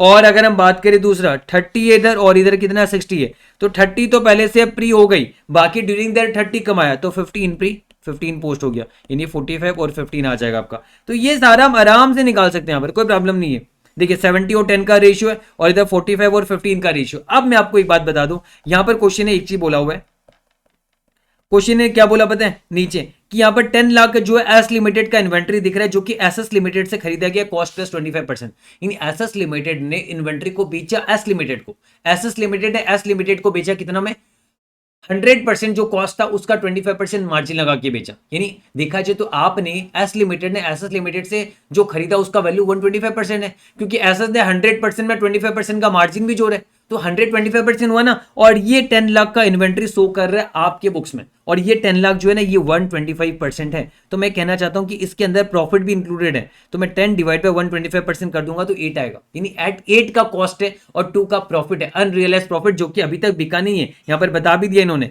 विच हैज बीन परचेज, मतलब ये आपका इन्वेंट्री फिगर में दिख रहा है, मतलब ये अभी तक सेल नहीं हुआ, ये ग्रुप के अंदर ही, तो ग्रुप का सेल हम कैसे मान लें, तो इसलिए हमें ग्रुप का सेल को एलिमिनेट करना होता है। तो हम यहां पर क्या करेंगे, ये 2 लाख रुपीस का प्रॉफिट को कम किया जाएगा, और इन्वेंट्री को कम किया जाएगा। अब ये जो 2 लाख का प्रॉफिट, ये पता नहीं प्री की पोस्ट है, पर हम एज्यूम कर रहे हैं कि 30 सितंबर के बाद ये ट्रांजेक्शन हुआ होगा और हम इसे पोस्ट एक्विजिशन प्रॉफिट मान ले रहे हैं। तो हम क्या करेंगे, यहां पर इन्वेंट्री को 2 से कम कर देंगे। जो आपका इन्वेंट्री है ना एस लिमिटेड की बुक में, ये आपका 70 की जगह 68 हो जाएगा, 2 से कम कर देंगे। और दूसरी चीज हम क्या करेंगे, यहां पर मैं रखता हूं, इसको मैंने शॉर्टकट में रखा था, इन्वेंट्री का एडजस्टमेंट 2 से कर देंगे तो पोस्ट एक्विजिशन रिटेन अर्निंग हमारा 13 आ जाएगा। तो मैंने यहां पर बंटवारा कर दिया, प्री पोस्ट का हिसाब कर दिया दोनों का। अब हमें क्या करना चाहिए, अब हमें करना चाहिए, आपको पता है क्या, अब हम निकालेंगे गुडविल या गेन ऑन बार्गेन परचेस, हमें निकालना चाहिए आराम से, क्योंकि प्री पोस्ट का बंटवारा कर लिया। अब गुडविल या गेन ऑन बार्गेन परचेस निकालना प्रॉब्लम नहीं है। तो आइडेंटिफाइबल नेट एसेट्स हमें एक्विजिशन डेट का देखना है। तो हमें यहां पर पता है एक्विजिशन डेट का, अगर हम identifiable net assets S limited की बात करें तो आप मुझे बताइए क्या होगा। देखिए एस लिमिटेड का अगर हम बात करें तो 400 तो पूरा का पूरा प्री आई गई। अब ये जो 150 है इसका हमने ऊपर किया हुआ है प्री पोस्ट, है ना, ये देखिए 150 का ये प्री पोस्ट है, तो 90 प्री है और 35 प्री है, 10 और 15 पोस्ट था, यानी 25 पोस्ट है, और ये 90 और 35 यानी 125 प्री है। तो यहाँ पर 125 प्री आया हमारा दोनों का मिला के, है ना, और इधर 400 तो आपका प्री है ही, तो यानी 525 प्री हो जाएगा। मैं फटाफट रिवाइज करा रहा हूँ, हाँ, 490 और ये 125 आया, यानी 525 प्री हो गया, बाकी का 25 आपका पोस्ट रहेगा आपका। अब देखिए 525 अगर आइडेंटिफाइबल नेट एसेट्स है, लेकिन एनसीआई यहां पर हम ऐसे तो प्रोपोर्शनेट लेते हैं, पर इन्होंने हमें बता दिया क्वेश्चन में ये मेंशन कर दिया कि जो आपका एनसीआई वो फेयर वैल्यू में मेजर होगा, और इसका फेयर वैल्यू पता है क्या है, इनका जो रेस्पेक्टिव फेस वैल्यू उसी को मार्केट प्राइस माना जा रहा है, यानी फेस वैल्यू ये एक्विजिशन डेट पे फेयर वैल्यू है। तो फेस वैल्यू क्या है, यानी शेयर कैपिटल, है ना। तो यहां पर आप देखिए ये जो 400 है ना, ये 320, यही फेस वैल्यू हो गए, तो इसी से हमें निकालना है यहाँ पर। तो एनसीआई तो 20% ही होल्ड करता है, तो फेस वैल्यू का 20% कितना होगा, इसका 80 होगा, और इसका कितना होगा, ये तो आपका 40% मिलेगा ना इसको, एनसीआई को, इसमें ये हम बाद में बात कर लेंगे, अदरवाइज ये आएगा 128 आएगा, हम बाद में बात कर लेंगे, ये 80 की हम बात कर रहे हैं फिलहाल एस लिमिटेड की। तो एस लिमिटेड का एनसीआई आपका फेयर वैल्यू में 80 है, तो देखिए इतने का नेट एसेट्स हमने लिया, एनसीआई इतने का माइनस हो जाएगा, हमारे हक में इतना है, हमने पीसी 340 दिया, ये कैसे मिलेगा, बैलेंस शीट से मिलेगा। देखिए बैलेंस शीट में हमारा इन्वेस्टमेंट जो है 340 हमने किया, मतलब मैंने पैसे इतने लगाए, है ना, मैंने पैसे इतने लगाए 340, तो अल्टीमेटली मेरा इसे कैपिटल रिजर्व या गुडविल आएगा, मेरा आया क्या, कैपिटल रिजर्व आया। सेम इसी तरीके से हम क्या करेंगे, एसएस लिमिटेड में भी देखेंगे। एसएस लिमिटेड का आइडेंटिफाइबल नेट एसेट्स में आपको उधर से नहीं कराऊंगा, अब सेम ही है। तो यहां पर शेयर कैपिटल ये आ गया, अब उनका भी जो रिजर्व वो रिटेन अर्निंग प्री वाला लेंगे, ये देखिए 70 लेंगे और 45 लेंगे प्री वाला, और ये 10 और 13 तो पोस्ट वाला है ना, तो यहां पर हम प्री वाला ले लेंगे, और शेयर कैपिटल जो है वो तो लेंगे हम यहां पर। तो यहां पर आप देखिए शेयर कैपिटल और बाकी ये आपका प्री वाला ले लिया, इतने का आइडेंटिफाइबल नेट एसेट से 435 का। अब यहां पर भी एनसीआई जो है फेस वैल्यू फेयर वैल्यू है, तो मैंने ऑलरेडी 128 वहां पर लिखवाया भी था, है ना, मैंने कहा भी था, ये देखिए 320 का 40% 128 आएगा आपका। तो एनसीआई आपका 128 अगर आएगा, तो आप यहां पर पीसी आपने कितना दिया, देखिए पीसी यहां पर प्रॉब्लम है, यहां पर क्या प्रॉब्लम है मैं आपको समझा देता हूं। ये देखिए पीसी हमने नहीं दिया, मैं पी लिमिटेड मैंने नहीं दिया, 280 आपने दिया, एस लिमिटेड आपने दिया 75% एक्विजिशन करने के लिए। तो आप जो भी खर्चा करोगे, और मैंने भी तो पूरा 75% अपना थोड़ा माना, 75 का 80% ही तो अपना माना, यानी 60%, 75 का 80% इस वर्ड 60%, बाकी तो आपका जो है 15% बाहर वालों का, यानी कहने का मतलब आपने ये पैसे लगाए 280, तो इसमें 80% मेरे पॉकेट से लगे, बाकी आपके एनसीआई वालों से लगे। तो 280 का 80% ही मैं लूंगा, बाकी 280 का 20% एनसीआई के खाते में जाएगा, क्योंकि एस लिमिटेड जो भी पैसा खर्चा करेगा, ये मैं पी लिमिटेड खर्चा नहीं कर रहा हूं, एस लिमिटेड जो भी पैसा खर्चा करेगा, इसका 80% पी के खाते में जाएगा, और इसका 20% एस के अदर शेयर होल्डर के खाते में जाएगा। तो यानी 28 का 20% 56 एनसीआई में जाएगा, जो हम बाद में देख लेंगे। तो यहां पर आप देखिए, यहां पर हम 280 का 80% ही पीसी मानेंगे 224, और इसके अकॉर्डिंगली हम कैपिटल रिजर्व या गुडविल निकालेंगे। तो देखिए दोनों के केस में कैपिटल रिजर्व आया, तो या तो कैपिटल रिजर्व या गुडविल दो में से एक आएगा। यहां पर कैपिटल रिजर्व आया नेट पे कितने का, 105 और 83 अब करोगे, ये ऑल्टरनेटिव तरीका दिखाया था मैंने, 188 का कैपिटल रिजर्व हमारा आ गया। ये करने के बाद अब हम एनसीआई करेंगे, तो एनसीआई भी हम दोनों का निकालेंगे। तो आप देखिए एनसीआई एक्विजिशन डेट का तो हमें पता है, एक्विजिशन डेट तक का एनसीआई हमें पता है, हमने ऑलरेडी यहां पर भी लिखा था 128 और 80, एक्विजिशन डेट तक का एनसीआई हमें पता है। अब हम क्या करेंगे, इस पे पोस्ट एक्विजिशन जो आपका इनका शेयर है उस पे इनको 20% मिलेगा, जो भी पोस्ट एक्विजिशन रिजर्व है, जो भी पोस्ट एक्विजिशन रिटेन अर्निंग है, इस पे इनको 20% मिलेगा। और याद है आपको ये जो 280 है, कहाँ गया? ये जो 280 था इसका 20% भी तो एनसीआई के खाते में जाएगा एस लिमिटेड के अदर शेयर होल्डर। तो यहां पर आप देखोगे ना एनसीआई में, ये देखिए मैंने लिखा 280 का 20% एनसीआई के खाते में जाएगा 56, और बाकी तो पोस्ट एक्विजिशन रिजर्व और रिटेन अर्निंग में इनको हक मिलेगा। तो आप यहां पर देखिए हमने ऑलरेडी यहां पर क्या होगा, अगर मैं एस लिमिटेड की बात करूं तो एस लिमिटेड का पोस्ट एक्विजिशन कितना है, रिजर्व 10 है, 10 का 20% एनसीआई को मिलेगा 2, और यहां पर 15 है, 15 का 20% 3 एनसीआई को मिलेगा, यहां पर 2 मिलेगा, यहां पर 3 मिलेगा। फटाफट रिवाइज करा रहा हूं, ये देखिए 2 और 3 आया, यानी ये एक्विजिशन डेट था, पोस्ट एक्विजिशन रिजर्व और रिटेन अर्निंग इतना मिला 20% में, और इन्वेस्टमेंट एस लिमिटेड के अदर शेयर होल्डर यानी हमारे लिए तो एनसीआई है, उन्होंने इतना किया 56। तो इतना हमारा आ रहा है कि एनसीआई का बैलेंस आ रहा है किसमें, एस लिमिटेड में। दूसरा एसएस लिमिटेड का भी हम करेंगे, एक्विजिशन डेट में 128 है, बाकी प्री नहीं लेना, प्री का तो आपने एक्विजिशन डेट फेयर वैल्यू ले लिया, पोस्ट वाला जो 10 है इसका 20% 2, और ये 13 देना, ये आपका इन्वेंट्री का एडजस्टमेंट करने का 13 का 20% 2.6, अच्छा 20 नहीं 40% है ना, पर गलती हो गया, 60:40 था, तो 10 का 40% 4 और 13 का 40% 5.2, ऐसे करने पर एनसीआई आपका टोटल आ जाएगा। तो हमने एनसीआई भी निकाल लिया। देखिए आपको क्या क्या निकालना होता है मैं आपको बता दूं, 3 चीज निकालना होता है मेनली हर क्वेश्चन में। क्या? कैपिटल रिजर्व या गुडविल, दो में से एक निकलेगा, एनसीआई निकलेगा, और दूसरा आपका पोस्ट एक्विजिशन जो भी रिटेन अर्निंग का बैलेंस है वो निकलेगा यहाँ पर। तो ये हमने एनसीआई भी निकाली। अब हमें करना कुछ नहीं, अब हमें रिटेन अर्निंग का बात करना, अदर इक्विटी का। तो ये भी आराम से सिंपल है, ये भी सिंपल सी बात है। यहाँ पर हम कहेंगे हमारा जो शेयर है वो तो हमारा रह गई, जैसे हमारा जो रिजर्व है और हमारा रिटेन अर्निंग तो अपना रह गई।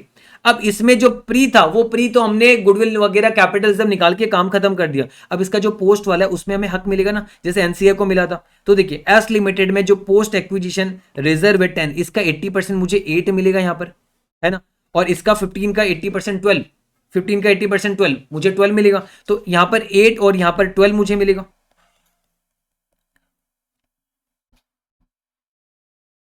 ये देखिए यहाँ पर 8 मिला और यहाँ पर 12 मिला मुझे, ये एस लिमिटेड का है। इधर रिजर्व का बात करें, इधर रिटेन अर्निंग का बात करें, तो देखिए 10 का 80% 8 और 15 का 80% 12। बाकी एसएस लिमिटेड में भी हम देखेंगे रिजर्व और रिटेन अर्निंग क्या है। बाकी रेगुलर क्लास में अच्छे से समझाया हुआ ये है ना। मैं तो यहाँ पर फटाफट रिवाइज करा रहा हूँ, बार बार इसलिए कहना पड़ रहा है आपको क्योंकि आप ज़्यादा उम्मीद लगा लोगे भी तो दिक्कत हो जाएगी। बाकी कोई बात नहीं है, आप ज़्यादा उम्मीद लगा लोगे, आप बोलोगे सर इतना फटाफट समझा दे, कुछ समझ नहीं आया, क्योंकि मैं मान के चलूँ आपने सारी चीज़ें पढ़ रखा हुआ अच्छे से, और ये जस्ट फॉर एग्जाम हम रिवीजन कर रहे हैं। तो 10 का 60% 6 हमें मिलेगा, और इधर 13 का 60% यानी 7.8 हमें मिलेगा। ये देखिए 7.8 और 6। तो ऐसे करने पर यानी ये आपका हमारा खुद का पेरेंट का बैलेंस था, जो पोस्ट एक्विजिशन हक मिला करने पर रिजर्व और रिटेन अर्निंग हमारा आ गया। तो रिजर्व दोनों का जोड़ दिया हमने, एस और एसएस का रिजर्व जोड़ दिया, इधर आपका एस और एसएस का रिटेन अर्निंग जोड़ दिया, तो आपका रिटेन अर्निंग और रिजर्व का बैलेंस आ गया। ये एक ही अदर इक्विटी का बैलेंस है, बस इसको हमने दो पार्ट में दिखाएंगे, रिजर्व अलग से दिखाएंगे, रिटेन अर्निंग अलग से दिखाएंगे। तो ऐसा करेंगे और उसके बाद में क्या करेंगे, बाकी प्रॉपर्टी प्लांट एंड इक्विपमेंट पूरा तीनों का टोटल कर दिया, इन्वेंट्री तीनों का टोटल कर दिया, -2 तो मैंने बैलेंस शीट में कराया था, ट्रेड रिसीवेबल्स टोटल कर देंगे, बीआर भी टोटल कर देंगे, बस म्यूचुअल विंग कुछ है तो वो कटेगा, पर वहां पर आपको बैलेंस शीट में दिख देगा कि एक दूसरे का म्यूचुअल विंग के नाम पे ये कट रहा है। मैं ये डिस्कस अभी नहीं करूंगा। कैश एंड कैश इक्विवेलेंट का टोटल क्या, शेयर कैपिटल सिर्फ हमारा आएगा, बाकी का तो हमने प्री पोस्ट करके निकाला है। और रिजर्व जो हमने बैलेंस निकाला था देखिए वो आ गया, कैपिटल रिजर्व निकाला था, एनसीआई, ये चारों हमने निकाला था वर्किंग से, तो ये यहाँ पर डाला। एंड बाकी non current liability, current liability जो था वो हमने दिखाया, बस बात खत्म। इस तरीके से हम मैं नहीं कह रहा मैंने आपको कुछ समझाया पर मैंने आपको फटाफट से रिवाइज करा दिया कि हम क्या क्या चीजें यहाँ पर ध्यान पे रखेंगे। तो वो सारी चीज आपको यहाँ पर रिवाइज करना। आप देखिएगा यहाँ पर एनसीआई फेयर वैल्यू में एक्विजिशन डेट पे फेयर वैल्यू लेंगे, फिर आगे का पोस्ट एक्विजिशन जो शेयर है उस पर इनको अधिकार मिलेगा, तो उससे आपका एनसीआई आ जाएगा। कैपिटल रिजर्व निकाल ही लोगे, मैं श्योर हूं, और आप बाद में पोस्ट एक्विजिशन जो आप रिजर्व और रिटेन अर्निंग जोड़ दोगे, है ना, पोस्ट एक्विजिशन जो भी है एस और एसएस लिमिटेड का, और अपना खुद का रिजर्व और रिटेन अर्निंग, तो इससे आपका क्लोजिंग रिजर्व और रिटेन अर्निंग का बैलेंस आ जाएगा। बस बैलेंस शीट बना दोगे, बात खत्म यहाँ पर।